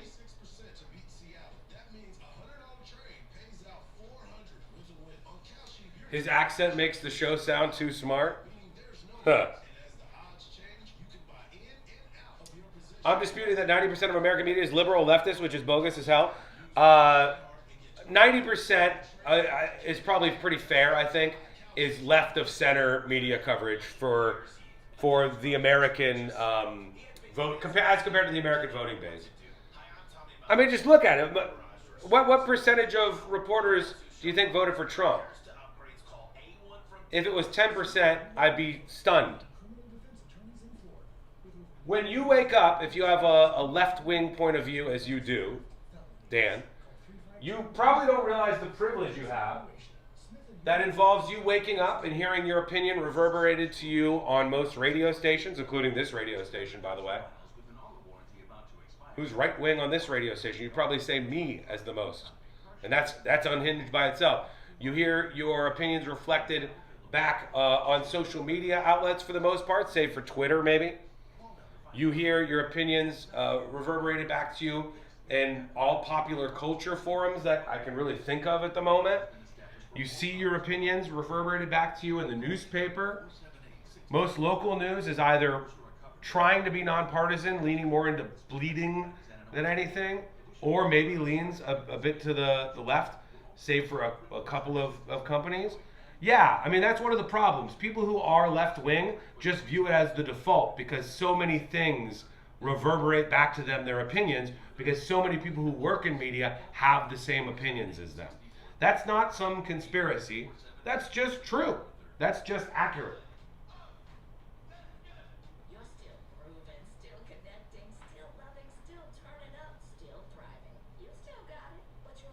Colbert is right-wing? Come on. You're trolling. I know you're trolling. I know what you're doing. Jury duty coming up next, okay? We've got some crazy stories ready for you. Crazy stories. Buckle up. Get your butts ready. Here we go. At VaxAssist.com. Sponsored by Pfizer. Sounds kind of like the starting bell to Grandma's house. Or maybe snowbirding. Just remember to stop by before you go. Valvoline Instant Oil Change. Oil changes in about 15 minutes. No appointment needed. Real Radio is on Facebook at Real Radio 1041. Sponsored by the law offices of Anajar and Levine Accident Attorneys. Call the law offices of Anajar and Levine at 1-800-747-FREE. That's 1-800-747-3733.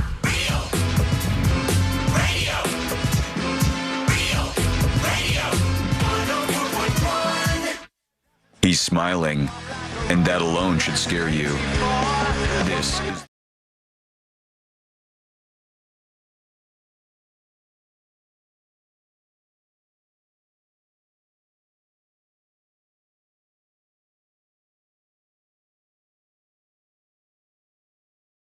Caught my eye out of Texas. I want to see what you think about this. As per usual on the show, your dispatches, your emails, those are on the way as well. Thanks for being with us. Learn more about the show at thenewsjunkie.com. I want to get into jury duty here, so let's just pull the ripcord so we could talk about what happened at this restaurant in Texas that really has me kind of fired up. And I want to see if you think I'm right on this, so let's do jury duty. Court is now in session, so put your phone down and pay attention before we call the bailiff over to whip your ass. You're now on jury duty with the News Junkie. Jury duty brought to you by the one, the only, Mo DeWitt of the DeWitt Law Firm. Injured on the go? Just call Mo. 800-CALL-MO, 800-CALL-MO, or go to justcallmo.com. After an accident, there's lots of attorneys trying to get your attention. Give your attention back to the one that cares about making things right for you. That's 800-CALL-MO, 800-CALL-MO, or justcallmo.com. I don't know if you've ever seen this happen in person, but I've seen it happen before. I've seen people time and time again go to restaurants and then lie. They lie because they're trash people. They're garbage people. And they're willing to lie because they have absolutely no shame. And if they can get something for free, they'll do it. My friend was a manager at Applebee's. It makes when me I was cringe to like my early 20s to witness that. Or you've seen this? I don't know. I've seen people do it. Or have you ever like been in a group and one person does it? No. I would be so uncomfortable if like somebody I was with did it, because when my friend was the manager at Applebee's, watching people come in day after day after day, they would eat all their food, drink all their drinks, and then they'd go, "This was not good. Didn't like this. And this was gross," because they have no shame. Bring back shame, please. They have no shame. And they know that if they complain, the person will comp their tab, because if they complain, it's going to go to their boss, and their boss is going to be like, "I just don't want to hear about this," because then it goes to my boss, and then, on down the line. And then we have one of the dumbest things in the world, one of the dumbest things that caught on in American society, the customer is always right. 5 of the dumbest words strung together. Well, they weren't dumb when the person who first said it said them. No, the customer is not always right. The customer can be right, and the business should do right by the customer. But sometimes they're like, well, customer's always right, and, we've got a complaint. But was it not the case that the person who coined the phrase, the customer is always right, was like in a business where the customer in this case wanted to spend more money than they needed to spend, and the person, like the salesman, was like, no, you don't need to spend this much. You're good enough with this package. And the boss was like, who wants to make the money? Is like, no, the customer is always right in this situation because the customer wants to give me more money. Possibly, but that turned into a bumper stinker thing. Everybody's heard it. Alejandro, you've heard people say, the customer is always right, no matter I've heard what. it, and I hate it. Like you, it's I feel uncomfortable when I have to do it. Like if I don't like the drink, I finish it and order something else. But I don't like to return things and get things for free. Yeah, 100%. I do that same exact thing. If I don't like a place, I will simply not go back to that place. Right. Like I'll vote with my wallet, I'll vote by not spending my money there. And if they ask, I might be like, well, I didn't really like this as much or what. I might tell them some things, but mostly I'll just vote by going back to the place if I support it. But there is like this percentage of shameless people that go in and do stuff like this. Here's an example out of Texas for jury duty. Listen in. Behavior caught on video, and it definitely qualifies for the foolishness files. It happened on Monday when a couple ordered food at Fajitas Mexican Grill in Stafford, then claimed to find hair in their food. But the surveillance cameras in the restaurant tell a different story. Busted! They're blurring the couple's faces, but you see the woman. Don't blur the couple's faces. You know what? You're right. They shouldn't. They shouldn't. At Fajitas Mexican Grill, they should have showed they're these not big children, fatties. and they're not victims. They're idiots. Show the faces. And you could see they've eaten most of their meal at this fajitas place, right? This Mexican Grill. And afterwards, these big blimps have decided that they're going to complain and pretend that there was a hair in their food, and they got busted. That's why they made the foolishness file. Everybody knows the foolishness files to be avoided. The foolishness files is hilarious to me. I've told you before, but Alejandro, I had a 10th grade English teacher who, like, foolishness was her favorite word. Like, anything you were doing wrong was foolishness. And she always called people by their last name. So she'd be always be like, Lane, quit the foolishness, Lane, all the time. Have you heard buffoonery? It's like buffoonery. They use that in the military a lot. Oh, okay, all right. Let's see what happened here at this table. These two liars. She takes strands of hair from her own head, puts it on the table. Then the man puts the hair in his fork and alerts the server. The server questioned the couple at first because the hair didn't match anyone on staff, but they comped the meal anyway. However, the owner's daughter tells me she later... and I could see him, like he calls the waiter at this Mexican restaurant over. All right? I'll bring this back. He calls the waiter at this Mexican restaurant over, and you see him after they planted the hair on the fork. These shameless fat losers. They should be... Their faces should not only be shown... They should be put on the wall at this restaurant on a shame area. They should be put on billboards. These are the type of people. Why are we blocking the reveal of these people? The guy holds up the fork, and with all of the insolence in the world that he can muster up, he's like, I cannot believe. How could this? And he's pointing at the fork like this disgusting thing has happened to me. When they did it, and they're doing stuff that could get these people fired, by the way. He sets it up, and then look at him react when he calls over the person to complain. The server questioned the couple at first because the hair didn't match anyone on staff. This is disgusting. They comped the meal anyway. However, the owner's daughter tells me she later saw what really happened on the video and shared it online. You released the video. You kind of put these people on blast. Good. That was intentional. Yes, I did. Yes, it was intentional. I didn't want them to get away with going to another restaurant. A lot of local restaurants are family owned. We didn't want them to have to get away with going to another restaurant, doing the same thing. Or if they've done the same thing in the past, we don't want them to continue hurting these small restaurants.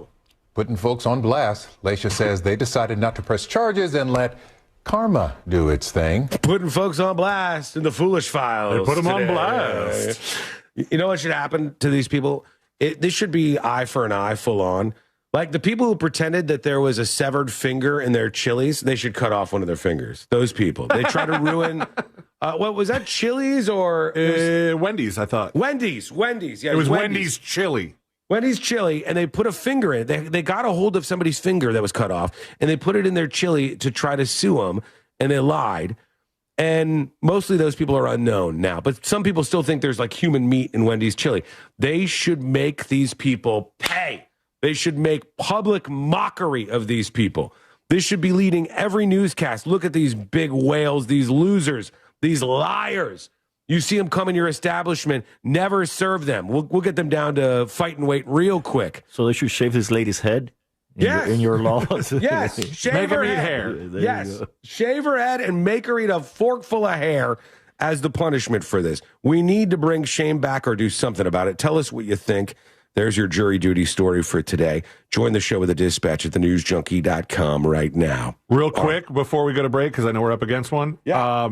It was the news channel that blurred their faces, but I'm seeing a picture of their faces of this woman pulling her hair out on Facebook because I think the lady that was like, yeah, I did this on purpose, she 100% put them on blast. Well, I want them on more blast. I want them. I don't want them blurring them out on the local news. You're right to call them out for that. That was ridiculous. That was absolutely ridiculous. But we'll see what happens next. Now it comes down to what people decide to do with this sector of our society. What do you think should happen to them? Let us know. Send a dispatch over at thenewsjunkie.com. Back in a moment with the power hour of the show. Final hour. Final day of the week, more Alejandro than ever before. We're going heavy Alejandro in the final hour, the power hour on a Friday. That's coming up next on the News Junkie. Your chance to win $1,000 in your hand is minutes away on Real Radio 104.1. Brought to you by Mills Air. From the Clausman Law Traffic Center, car crash, call Clausman Law. ClausmanLaw.com. Look out for road rangers off to the shoulder, clearing up an accident on the ramp from Florida's Turnpike southbound to Osceola Parkway. That's about it. There's no accidents affecting your ride this afternoon, just typical delays piling up on I-4 still. There's slowdowns getting through the city and delays between Dr. Phillips and getting through that Celebration area. See traffic troubles, call the Valvoline Instant Oil Change traffic tip line at 866-676-8477. From the Traffic Center, I'm James Birmingham. This report is sponsored by Valvoline Instant Oil Change. Sounds kind of like the starting bell to Grandma's house. Or maybe snowbirding. Just remember to stop by before you go. Valvoline Instant Oil Change. Oil changes in about 15 minutes. No appointment needed. For more information about contests on this station, go to realradio.fm/rules. Orlando's premier comedy club and restaurant is the Funny Bone, located at Point Orlando. This week, the Funny Bone welcomes Gigi LaFleur on January 15th and the Ismo Perseverance Tour on January 16th and 17th. Check out our star-studded calendar and showtimes online at orlando.funnybone.com. Full kitchen and bar available, as well as parking discounts for all guests. Follow us on all social media platforms and get your tickets now at orlando.funnybone.com. We'll see you at the show. As I was saying, Mills Air, just a great company. That was Sealane's fault, just for the record. You got to name and shame people when they make mistakes like this. And we're naming and shaming Sealane for making a mistake on a Mills Air commercial. Unbelievable. Don't ever let it happen again. Don't let yourself get ripped off by these fly-by-night companies, these people who have no idea what they're doing and just want to make sure that they're screwing up your life and taking your money. Go with Mills Air. Go with the trusted company. It's been around for over 30 years. 1/3 of it. Over 30 years serving people just like you. That one's my fault. That was my mistake this time. And Mills Air is going to make sure that not only is your AC working right, not only are you nice and warm and toasty on a cold day in Central Florida like this, but that you are really taken care of. And that's why I appreciate them, and I know you will too. When you've got a problem with your AC, don't reach out to anybody else. Reach out to Mills Air. Here's the number, 407-277-1159, 407-277-1159, or find them online at millsair.com. start your engines. This January, the world's largest collector car auction returns to Kissimmee, Florida. Mecum Auctions brings 13 days of full-throttle excitement, iconic rides, and fun for the whole family. Mecum delivers the ultimate automotive experience. See thousands of classics, muscle cars, exotics, and more cross the block. Come experience Mecum Auctions live in Kissimmee, January 6th through the 18th. Ugh, time to clean out the gutters again. But I don't want you climbing that ladder. Time to call Leaf Filter, America's #1 gutter protection company. Leaf Filter's trusted pros will not only clean your gutters for you, they'll realign and seal your gutters and install Leaf Filter. With Leaf Filter, you'll never have to clean out your gutters again. Wait, never again? Never again. Because Leaf Filter's surgical-grade stainless steel micro mesh is fine enough to block even tiny debris like pine needles and pollen while still letting rainwater flow. Dull Mike, what's happening? Happy Friday there, friends. Hello. What's up, Ryan, Kevin, Dwayne? Tam Jam, I was banned for a joke. Kurt and Anjawa, hello. What's everybody got going on this weekend? You got stuff ramped up? Gonna rage, maybe? I'm going to take advantage of this nice weather.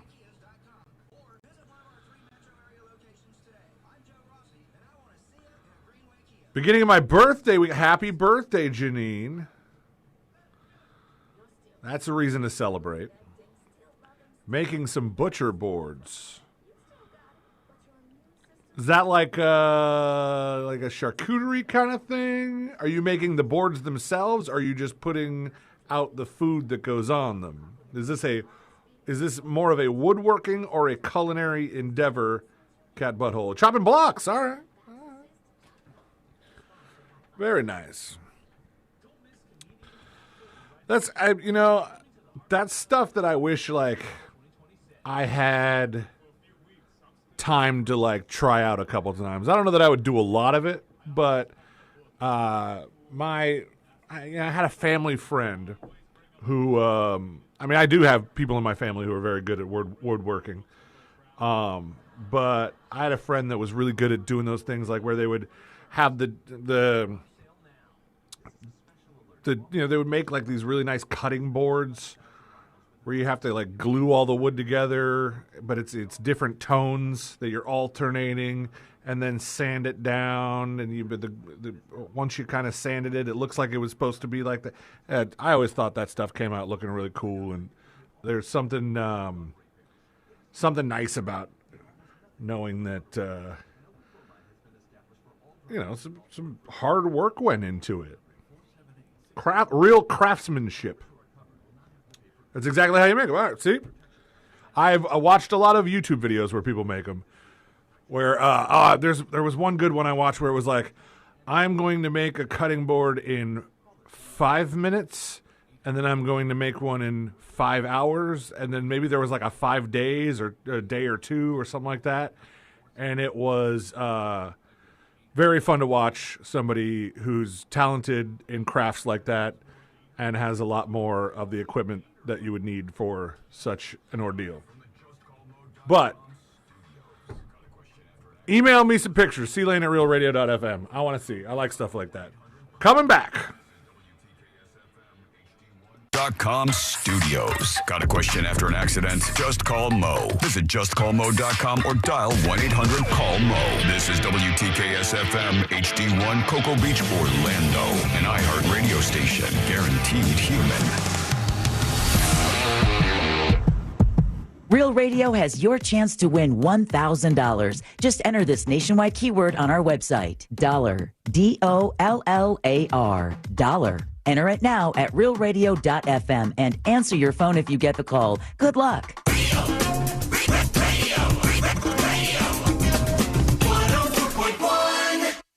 Join in on the chaos. We eagerly await your dispatch. This is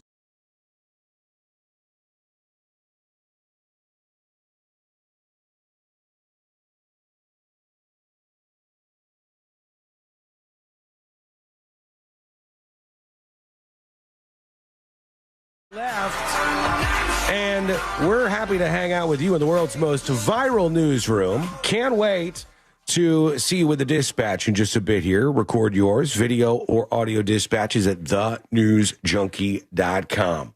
I can't wait, honestly, for Monday because I'm hoping that my voice will be returned. Thank you for putting up with it all this week as I've got the flu here and I've just been trying to push through the show. There's a lot less to put up with today than Monday. I agree, even though I know you've said that many times. I agree. I think that's right. But it was really bad last week. And now Courtney's sick. I got her sick, and I feel terrible about it. I keep going out into the house, and she goes, she tries to talk. She's like,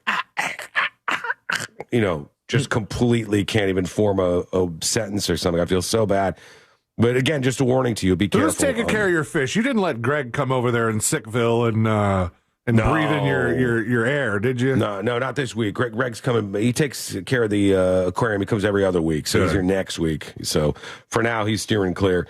And even if next week comes around, we're not totally in the clear. We'll just, we'll give him some space, I think. I saw they have announced for the latest Seven Seas Food Festival, some of the performers at SeaWorld, excuse me. Seafood is not a correct way to refer to this place. I'm playing at Seafood.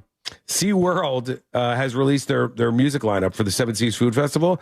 They are leaning in to the fun stuff. I really think they're taking some liberties, I think, over at SeaWorld, and they're putting together stuff where I'm like, I dig this, and I think it's kind of cool. Like on March 8th, they're doing a show called I Love the 90s. Oh, yeah. Tone Loc, Rob Bass, Young MC, and Color Me Bad. Okay, I've definitely been to an I Love the 90s show that had Young MC at it before. Yeah. Young MC's not very expensive, by the way. We're going to book him for something. He's like $3,000 to have him come do his one song, Young MC. Yeah. And then I want to say maybe I've seen Tone Loc at one of those. I don't know. I want to say I saw Young MC, Tone Loc, and Coolio. Yeah. And then there was like a top secret, because when you sign the contracts with these artists, they're not supposed to book any other shows in the area. So the after party was top secret. And it was just downtown, and Coolio showed up and sang Gangsta's Paradise again. And then on down the road, we had Coolio perform at our event. We had Coolio perform. We sang Gangsta's Paradise with a full choir with Coolio in front of a huge crowd. I remember that. Yeah, and do you remember, were you behind the scenes at all, Alejandro? Were you backstage at all? I was on stage. Okay, he was on stage. I was messing with Fritz drum set. I offered one of the choir people $50 for the robe so I could get up there and sing for real. They didn't take it. Did you see after the show, because this was one of those moments where you go, man, one of the ways you could tell how bad the news media actually is if you ever know a lot about something a story is about, or if a story is about you. And if it's about you or like something you know a lot about, you're like, oh my God, how do they routinely mess up stories like this? Is this like routine news reporting to get things this wrong? After Coolio died, I remember the stories that were like, well, it wasn't from any kind of bad behavior because Coolio swore off drinking. He didn't drink. According to like one friend. Yeah, his friend was like, look, he was not a drinker. And I don't know if you saw it, Alejandro, but Coolio definitely got hammered with us after the show. Yes, I did see it. I was back there. He had his own bottle of liquor, right? But he was sharing it with people, but he would tell them, don't be backwashing in my S. Yeah. Yeah. And he came out, and I was like, oh, is he going to be worried that everyone's going to mess with him? And Coolio comes out. He's got like the hat that he wears that has like the little fake Coolio dreads in it. And he comes out and he has a whole full bottle, like a full bottle of whiskey or something. I want to say it was either, for some reason, peanut butter whiskey is I think you're right, sticking out of my head. So either that was his or that was one of the things that was in the area, because I know there was Jameson around there too. Yeah, he was drinking some sort of whiskey, and he had already taken C-Lane to the vape store and then made C-Lane pay the tab at the vape store for all his money. And cool, what a good guy. What a cool dude he was. But he definitely drank. They were not being honest in the reports about that. I love the 90s. Tone Loc, Rob Bass, Young MC, Color Me Bad. The Pop 2000 tour, one of these days at the Seven Seas Food Festival for SeaWorld. That's Chris Kirkpatrick of NSYNC is hosting, featuring O-Town, Ryan Cabrera, and LFO. They're like, okay, I see what you're doing here. They have Flo Rida, Saliva. I don't know who the Click 5 is, but they have I don't know. I think it's like a boy band or something, maybe. Warrant, which is Cherry Pie. Gene Simmons, Smash Mouth, which is not really Smash Mouth anymore because the other guy died.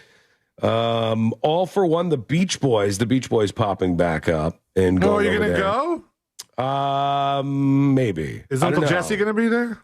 I hope so. I really do.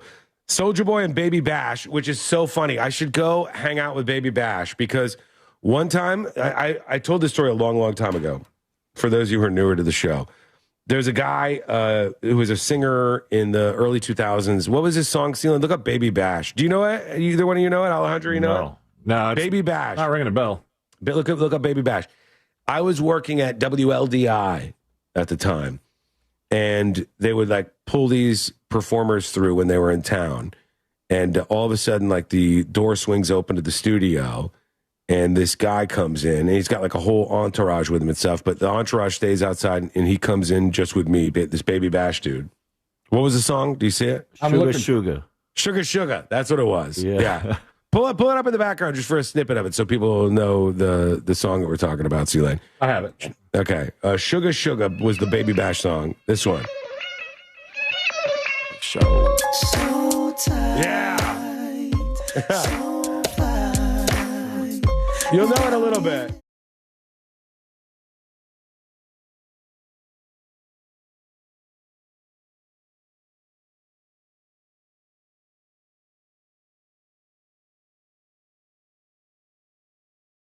The sugar, how you get so fly. Yeah. That one? Right. That's him, right? That's him. So this is one of the guys who's going to be at this event, Baby Bash. Baby Bash comes in the studio, and I was just starting a break, so I turned my microphone on. I'm like, oh, ladies and gentlemen, live in the studio with me, Baby Bash. And he's like, hey, what's up, Sean? Oh, my God, man. I was listening on the way in here. And I go, oh, Baby Bash, your song has been hitting so hard. People just keep calling for it.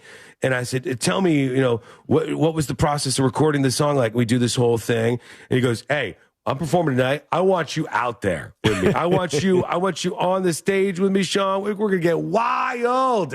And I go, Baby Bash, can you hang on for a second? We're going to take a quick break. When we come back, we'll have more with Baby Bash here on the show. And he goes, hell yeah, Sean. And we go to commercial, and I go, oh, thanks, that's fun. When we come back, we'll talk about it a little bit more. And then the entire break, he sat silently on his phone, scrolling through like text messages and stuff, and didn't say a word to me. I thought we were gonna be like best friends. I thought we were gonna I was gonna be on stage, Baby Bashing it up, and he goes, yeah, cool, man. And then he just looks at his phone and he's like texting and scrolling, and then right back to it, like, oh, Sean, we back for more. I'm like, oh, this whole thing is fake. This whole industry is fake. Who's the most famous person you've met working in radio, Alejandro? What do you think? Well, Bad Bunny.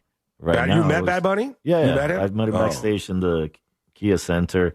Mark Anthony, Pitbull. Oh, yeah. But nice. Yeah, I mean, I like Bad Bunny. incredibly enough. Bad Bunny's like very, hey, how you doing, man?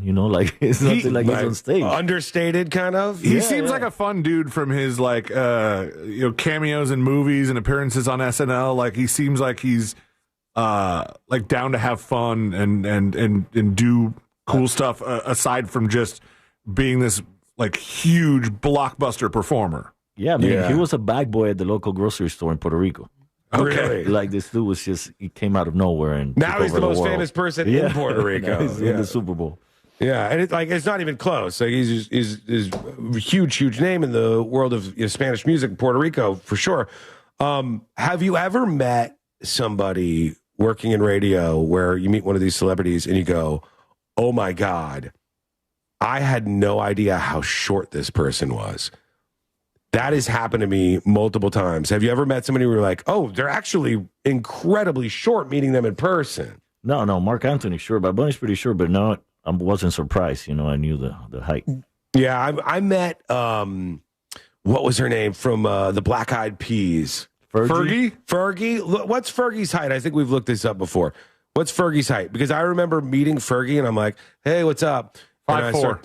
Yeah. Oh, no, wow. that's not right. Okay. All right. Okay.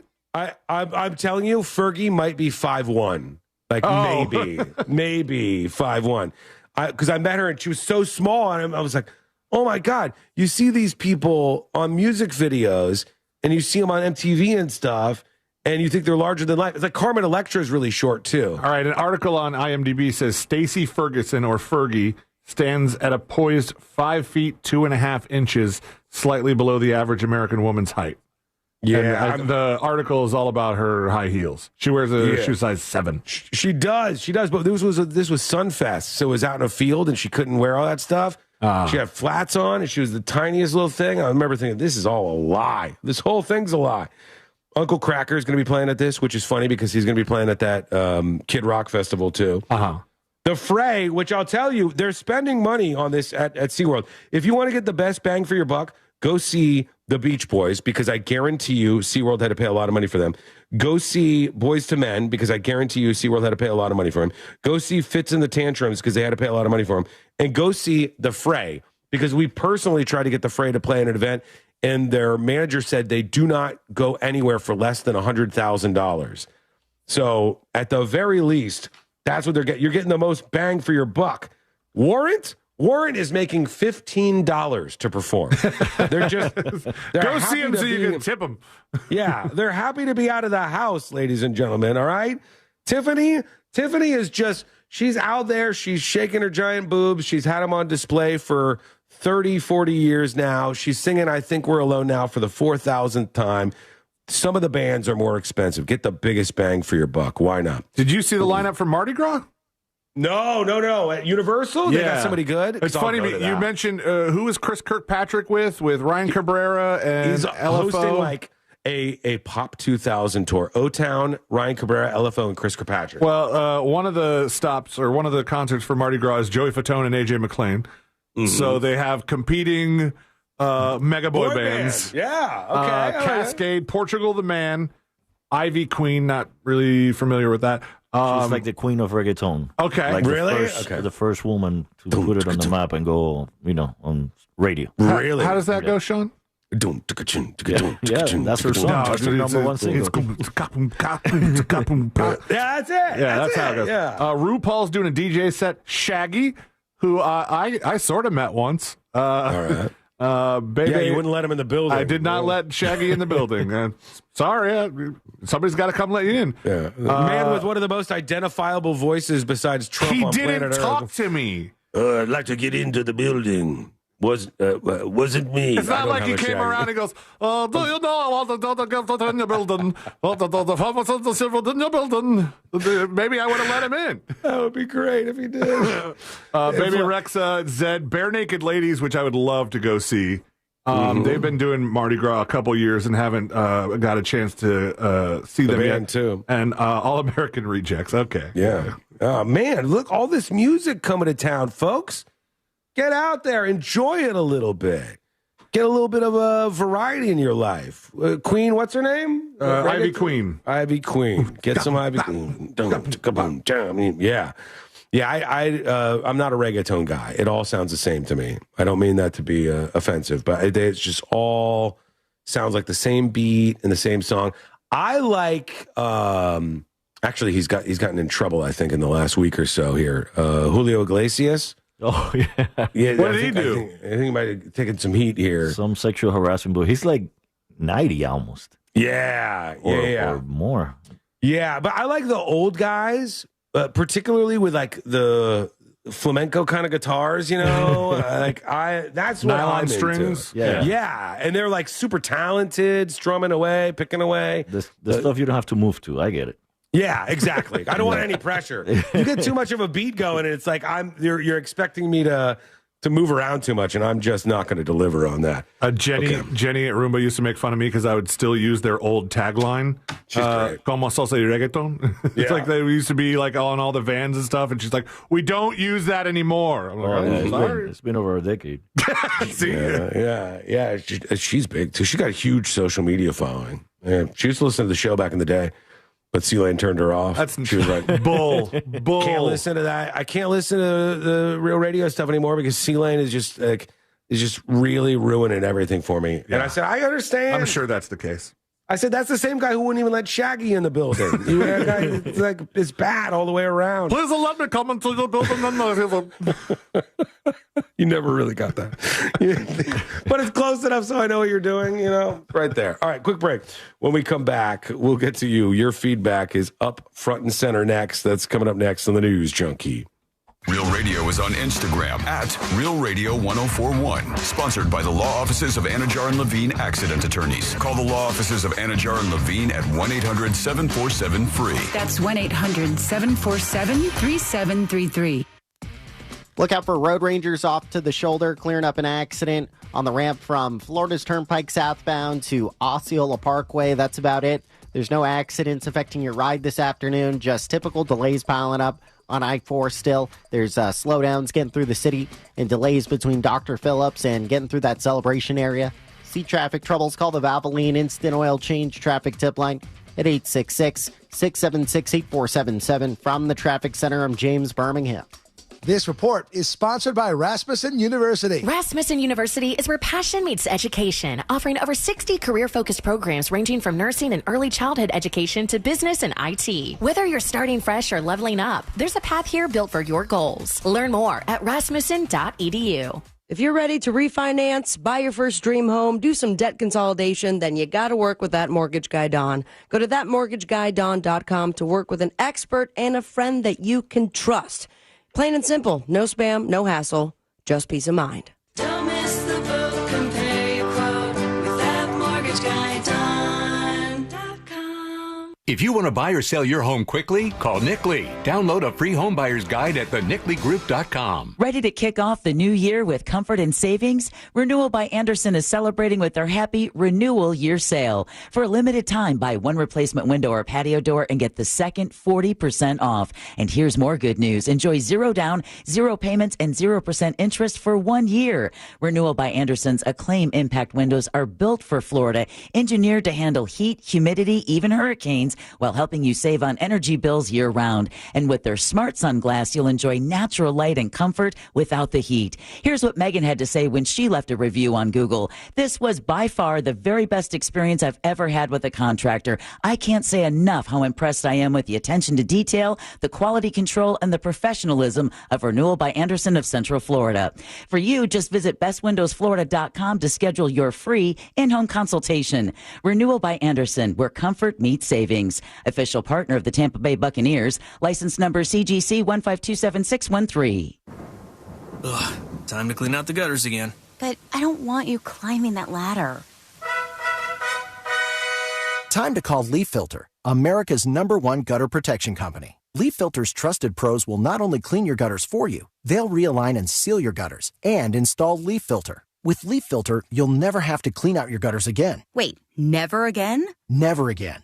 Because Leaf Filter's surgical-grade stainless steel micro mesh is fine enough to block even tiny debris like pine needles and pollen while still letting rainwater flow through. Leaf Filter works so well, it's backed by a lifetime warranty. Plus, when you go to leaffilter.com/block, you'll get a free gutter inspection and up to 30% off. Wow. So no more climbing that ladder. How do I sign up? To get this special radio offer, go to leaffilter.com/block for your free gutter inspection today and get up to 30% off. That's leaffilter.com/block for up to 30% off. leaffilter.com/block. Is life insurance part of your New Year's resolution? Listen, if you're young and healthy, it's simple, and any old agent can get it done. But if you're 50 to 60 years old with a touch of wide waistband syndrome or have correlating health glitches, you need to call Big Lou at Term Provider. Big Lou doesn't bait and switch you in with young and healthy rates only to clobber you with the truth down the road. $1 million of coverage could be as low as $200 per month. And unlike that treadmill, this one won't collect dust in the corner.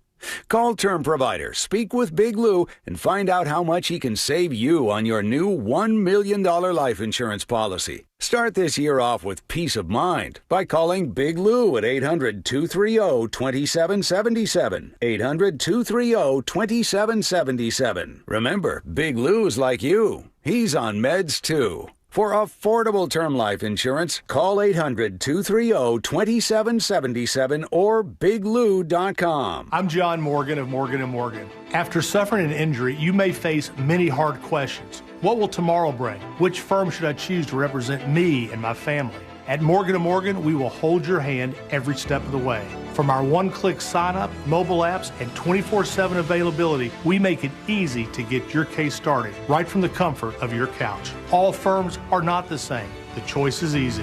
Morgan & Morgan, for the people. Injured? Visit forthepeople.com for an office near you. Join Jim Colbert on The Jim Colbert Show for his Cigar of the Week segment every Friday afternoon at 3:45. You can pick up these featured cigars at all 3 Corona Cigar Company locations, Dr. Phillips, Heathrow, and downtown. Learn more at coronacigar.com. This is a special alert to all Americans who own a vehicle with less than 200,000 miles with an auto warranty about to expire. Dolmiken.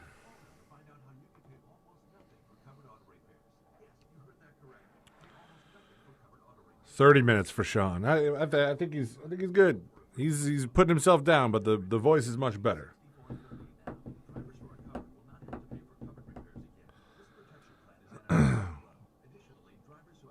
Weed consumers talking about the one hitter calling it a bat. We used to have a little brass bat, me and my old roommate. The brass bat was a sensible smoke. I did do This Week in Florida, Zephys Biker. Yes. Cat Butthole sent pics. All right. I gotta see these.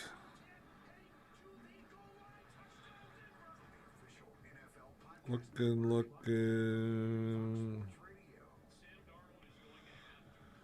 I don't see him. Did you send him to CLANE at realradio.fm?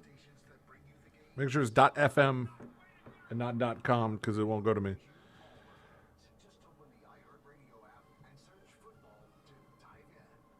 Anyway, we're about to come back, and then I'll try to get Sean out there to do the final skull mic to rate the chatter of the day and the show. It's weekend time, baby. $1,000. Just enter this nationwide keyword on our website. Dollar. DOLLAR. Dollar. Enter it now at realradio.fm and answer your phone if you get the call. Good luck.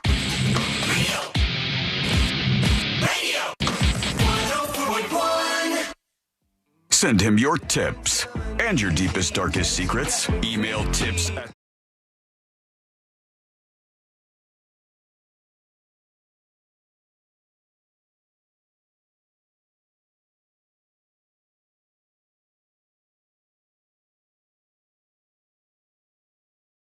So good to be with you. You can learn more about the show over at the website, thenewsjunkie.com. That's me, Sean Wasson. I'm with C-Lane and Alejandro today. We're going through all things viral, and we're hanging out with you here on the show. I've got a lot to get to, but I want to start by talking about my favorite little side quest of the week, which was this whole war on the food pyramid thing. I absolutely love nothing more than tossing out the chaos of saying, hey, everybody grew up with this food pyramid. Get rid of it. And now we're gonna flip it upside down. And they just literally turned the food pyramid upside down. Is there another example of something that we grew up just knowing, and then they all of a sudden came out and said, we are completely changing this? The only one, there must be. The one thing that comes to my head right now is them coming out and announcing Pluto is no longer a planet. Yes, that's true. Yeah, that was a big one. For me, and I think this is a big boomer thing that I didn't pass on to my generation, and I don't think future generations. But my parents used to be so afraid about what's the stuff they put in Asian food and MSG. Yeah, MSG. My parents would be like, "Whoa, There's MSG in that, Sean. Whoa! I don't think my parents ever really had an aversion to MSG or were worried about it, but I was always curious because there were plenty of places that warned you or like tried to reassure you, like contains no MSG. Right. But it was a big deal. Yeah, MSG, I don't think was ever really a problem for me. Yeah, my thing was being sexist is bad. Yeah? Flip that on its head, baby. Yeah. Feminism took over. Oh, God, those were better days back then. Protein, dairy, and health fats are on top. And they say eat the meat, eat the cheese, eat the steak, eat the this, eat the that.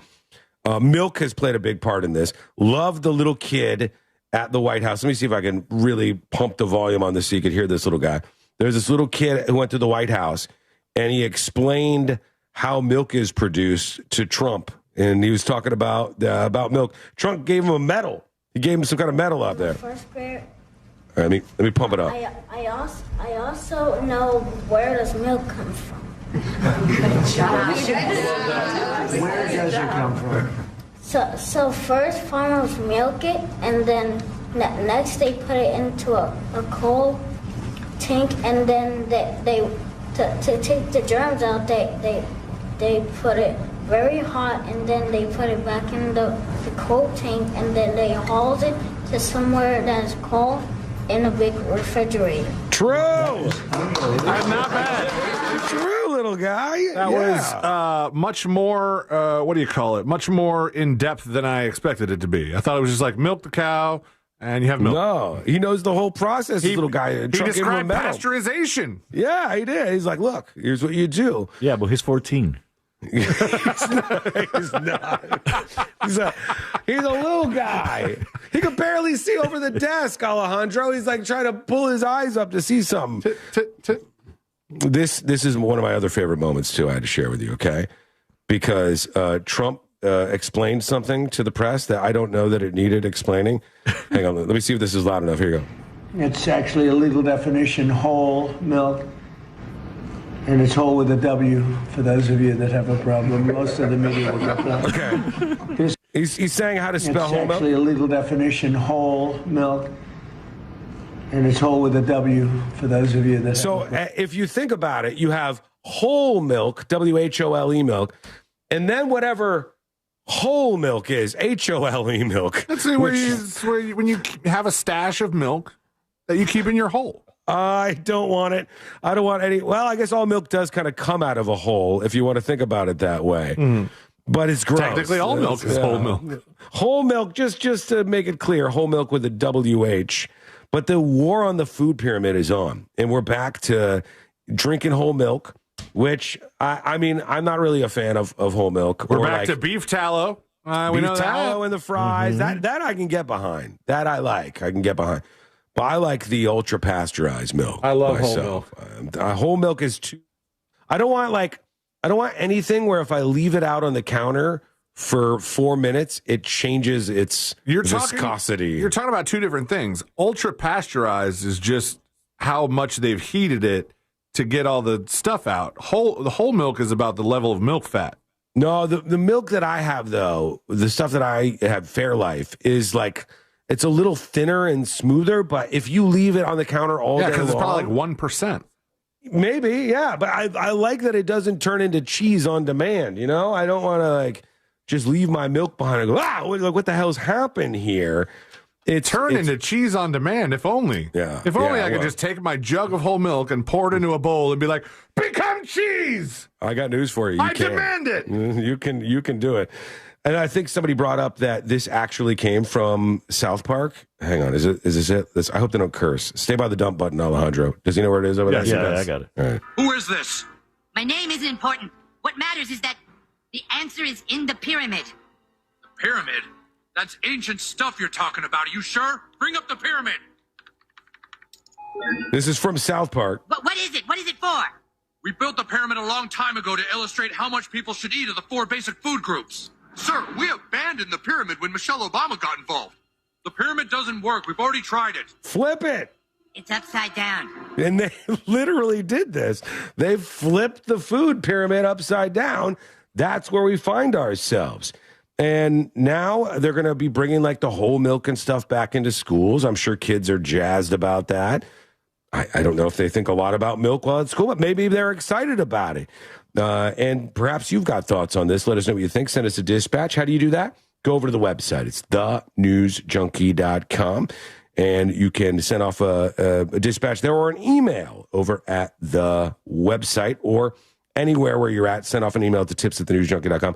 By the way, just to reiterate this, because from time to time again, people get this mistaked or make a mistake on this front. If you send the show an email, all you have to do is put, please keep me anonymous or just anonymous or anything up on top.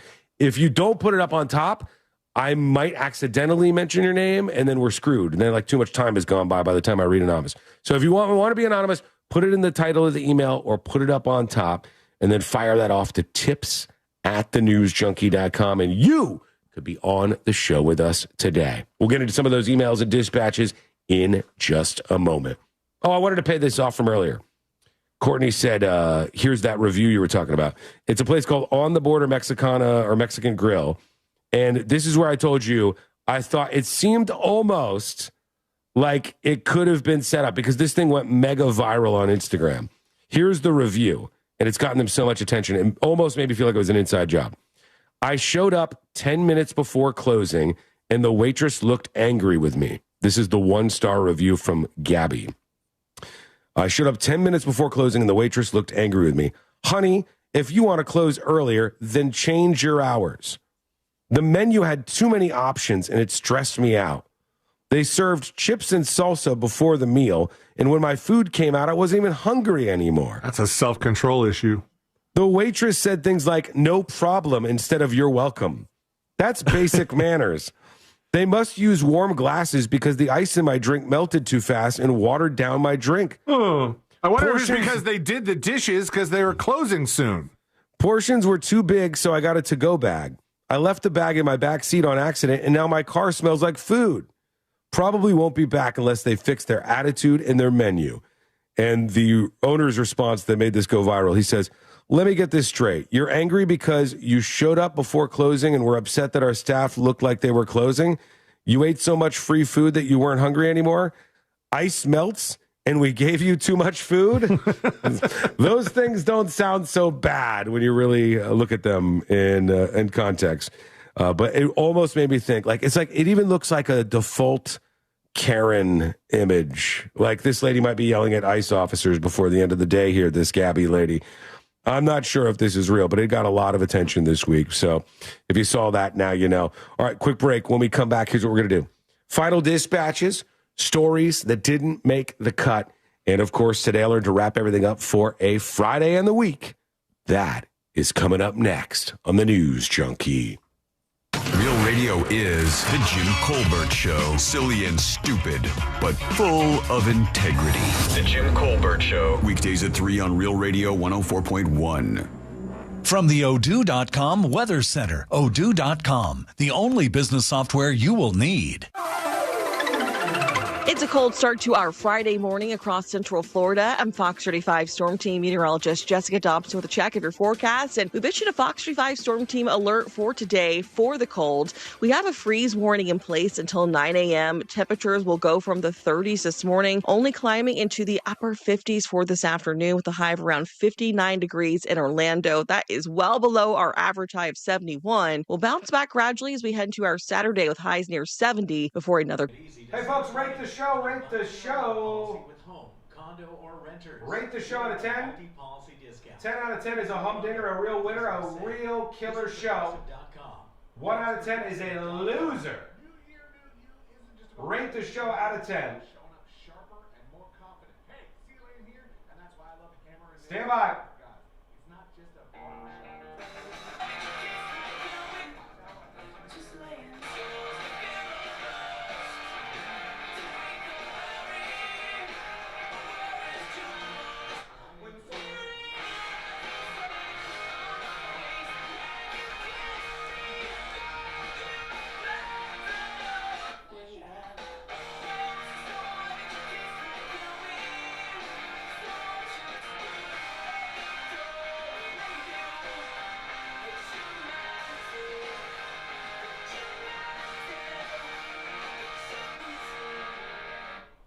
2 minutes.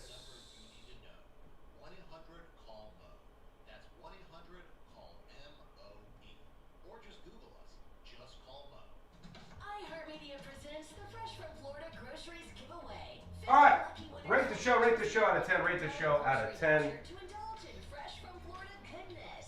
Enter to win at iHeart.com. God bless you all for being here today. 10 out of 10.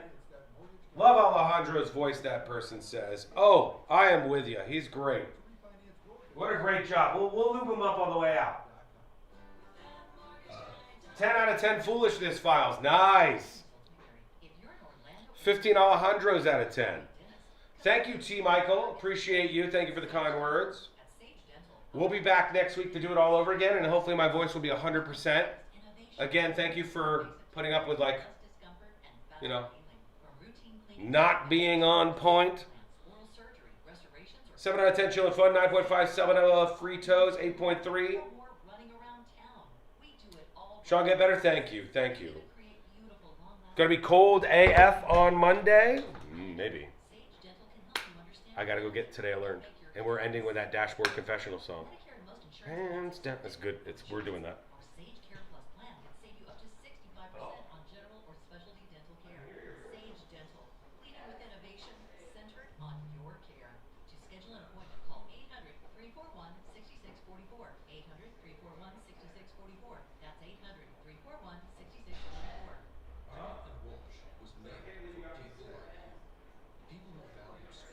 I know. Most people can't even do that. Join Discord. Yeah, do, please. Link for the Discords at thenewsjunkie.com. Scroll down. That's right. Go to thenewsjunkie.com. Scroll down for the Discord link. What's a Discord? Click it and jump into the world of Discord. It's a huge multi-room chat room with video and audio rooms and ways to connect with everybody. And just mostly it's used in the general chat room for people to keep up with each other and hang out and connect around the show. And it's a blast. You're sitting in there every once in a while. Next week, Secret Shows returns. Secret Shows returns. Today, our chatter of the week. That's right, our chatter of the week. This person, they told him it couldn't be done. They told him it shouldn't be done. He said, nay, I shall do it anyway. And I shall do it on my favorite platform, Twitch. A Twitch user getting chatter of the week. This Twitch user who did a great job. I read several of your comments this week. I want you to know that I see you. I see you. And you are the chatter of the week. Unfettered for you.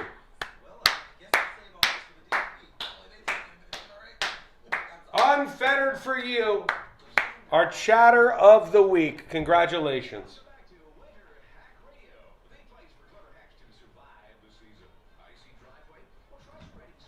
Coming back to wrap it up. Can't believe I did it. Can't believe I made it.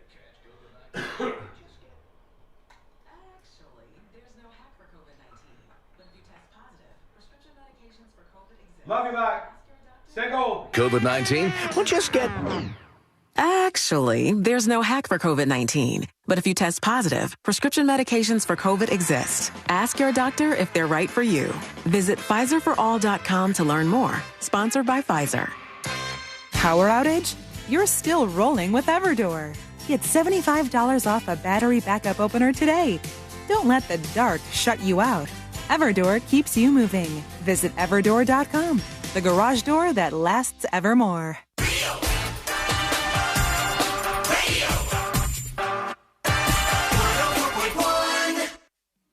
Meet the three friends Bill Cosby called frat bros.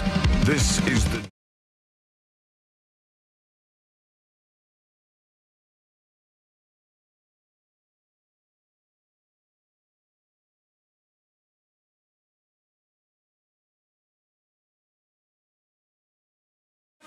And today I learned to wrap everything up for a Friday and the week. Guess what, friends? If you want to unlock the world of secret shows, you can do that. Unlock secret shows, uncensored weekly shows that return for the first time in 2026 next week. But there's a huge catalog. You can listen for weeks and weeks to all the 400 plus shows that are there, over an hour apiece, evergreen shows, not about the news, just about the funny. Unlock the world of secret shows for as little as $2.99 a month, and unlock the entire website on thenewsjunkie.com. You get access to all sorts of stuff over there.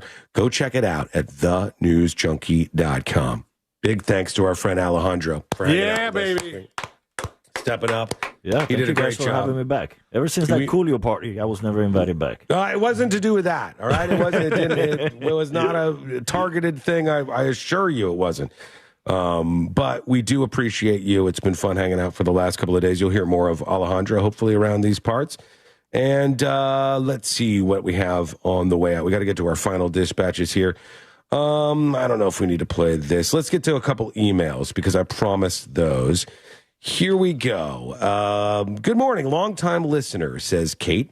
I have a question. Please keep me anonymous. I went to have a heart scan. I'm almost 59. I love cheese and wine, and I smoke. So I paid the money, fine. I'm nervous about it. And then my patient advocate is getting my medical info, and she brings up the government. I said, well, did they make some changes? Blah, blah, blah. She lost it at me, this woman. She basically looks at me, rolling my eyes like I'm an idiot because she thinks that I'm dumb. She went off on RFK Jr., and this person says, to maintain eye contact with her, I get her car. This is like, it's starting to ramble here. Thank you, Kate, though. Thank you for whatever happened. I guess they got in a fight over RFK Jr. at the heart scan place. Well, there you go. You got that going on. Here is a lot of people sent the uncensored video of the restaurant people. I appreciate you guys sending that over. Here's Laura, who's an early childhood educator who writes much better than Kate. I'm catching up with the podcast, and you were talking about the Poor dad Kate pretending to catching be strays here. You were talking about the dad pretending to be shocked by the electrical outlet. Yeah, this was the video where people were arguing you shouldn't like lie to your kids or be fake to your kids. And the guy was touching the electrical outlet while his infant was next to him, and he pretended like he got electrocuted. And the baby started crying. It was a way to teach the little infant a lesson. And I said, that's not always bad. This person, though, Laura, says that's a useless exercise. Children's sense of danger does not develop until they're 3 to 5 years old. That's why when you tell your toddler not to climb on things or not to touch certain things because they'll get hurt, they don't listen and they continue to do it. Oh, yeah. They can't understand that doing something will lead to them getting injured. My friend's kid has zero sense of danger. No. Will climb anything. Would grab a snake if it was in front, like just little I could kids, see her grabbing a snake. Even if they do get injured, they'll do it again. That's why it's important to keep sharp items out of reach and lock up firearms. Young children cannot comprehend the danger, says this particular person. Not to mention, I think my son would think it's funny and then keep sticking his hand near the electrical outlet and trying to do that, just because he thinks it's funny, and then accidentally shocking himself that way. Yeah, and one more thing really quickly. I don't know if this is a scam or not, but if it is, genius. Somebody said, hey, Sean, you said that Verizon was giving out $20 to everybody for the big outage this week. Well, I got this text, and it says, valued Verizon customer, yesterday we let you down for that. We're truly sorry. We'd like to extend a $20 account credit that could be easily redeemed at the link below. And it looks like, they're like, is it a phishing attempt? Could be. Thought, what a good scam attempt it would be when it's timely. Yeah, and like 130 million people have Verizon, and they're all probably want to get their money to send them a text. Now, this might be from Verizon. Just double, triple check all the links you click, all right? Or just, it won't be like Verizon.crazytown.com. It will be, their official website. Yeah. Be proactive about it, getting your refund if you want it. Go to Verizon.com and look up how to do it, not wait to get a text message and click that link, because more likely that you'd be able to get scammed that way. We have a friend who reached out to me today and said that they took the $20, and I asked, could you apply it to the next bill? And it said, yes, that's what it said.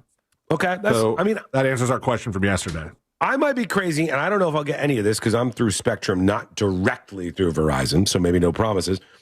I may get nothing. But if I was a Verizon customer, I would feel personally like $20 off my next bill was nice. I'd be like, okay, that's good. It's a lot of $20. It's a lot of people that they would be doing. I agree with the people who said $20 per line should be better, but I disagree with the people that are like, just $20? I was out in the cold. Give me a whole month. Or I'll triple down on this. The idea that you say just $20, that's so offensive, I'm actually going to switch to another carrier. Yes. Well, then it's not about time or money, because the time that it's going to take you to switch to that other carrier shows you that your time is not worth more than $20. Switching to another carrier is preposterous right now, because you know who's going to try their best to be 100% on point, especially during their next software update? It's going to be Verizon. You switch to another carrier, they've probably got a bigger number on the "it's been this many days since a workplace accident" poster. Yeah, I agree. I think you're right about that. I think you're right. Alejandro, I'm sorry you had to be in the same studio with C-Lane for the last couple of days. It can be tough. Not the same room. Yeah, we're in different rooms. Yeah. You're in different rooms technically, but you're under the same overall roof, and that enough it makes things difficult. And you're a professional for powering through that. Well, not everybody can not even notice their cell phone services is kaput because they don't leave the house. When we're in commercial, he comes in here and yells at me, "You messed up again." Sean keeps blaming me, but it's you. Good. No, he's great. We love Alejandro. Chat really, really likes you, by the way. They were like fawning over Alejandro earlier. They had very kind words to say about him. So that's good, and we appreciate you, and we hope to see you again soon. Definitely. All right, here we go. Let's get the hell out of here. Let's do Today I Learned. The following information may make you feel smarter, but will not actually increase your IQ. So don't get cocky. Now it's time for what we call Today I Learned. Hope my voice is back on Monday, finally. Today I Learned for a Friday, January 16th, 2026. Today I learned this movie right here. Titanic. That's right. Titanic is correct. Leonardo DiCaprio and the crew on his boat one time helped rescue a man who had been treading water for 11 hours after falling overboard in the Caribbean Sea. Caribbean? Oh, screw that up. In the Caribbean. Same thing. Caribbean. Yeah, the Caribbean. You know what screwed me up is Caribbean Queen. That song made me think about it wrong. But can you imagine 11 hours you're treading water in the ocean and you're like, God, if only somebody would come save me. I'm probably going to drown out here or get eaten by sharks. And a boat stop and you look up and Leonardo DiCaprio is on there.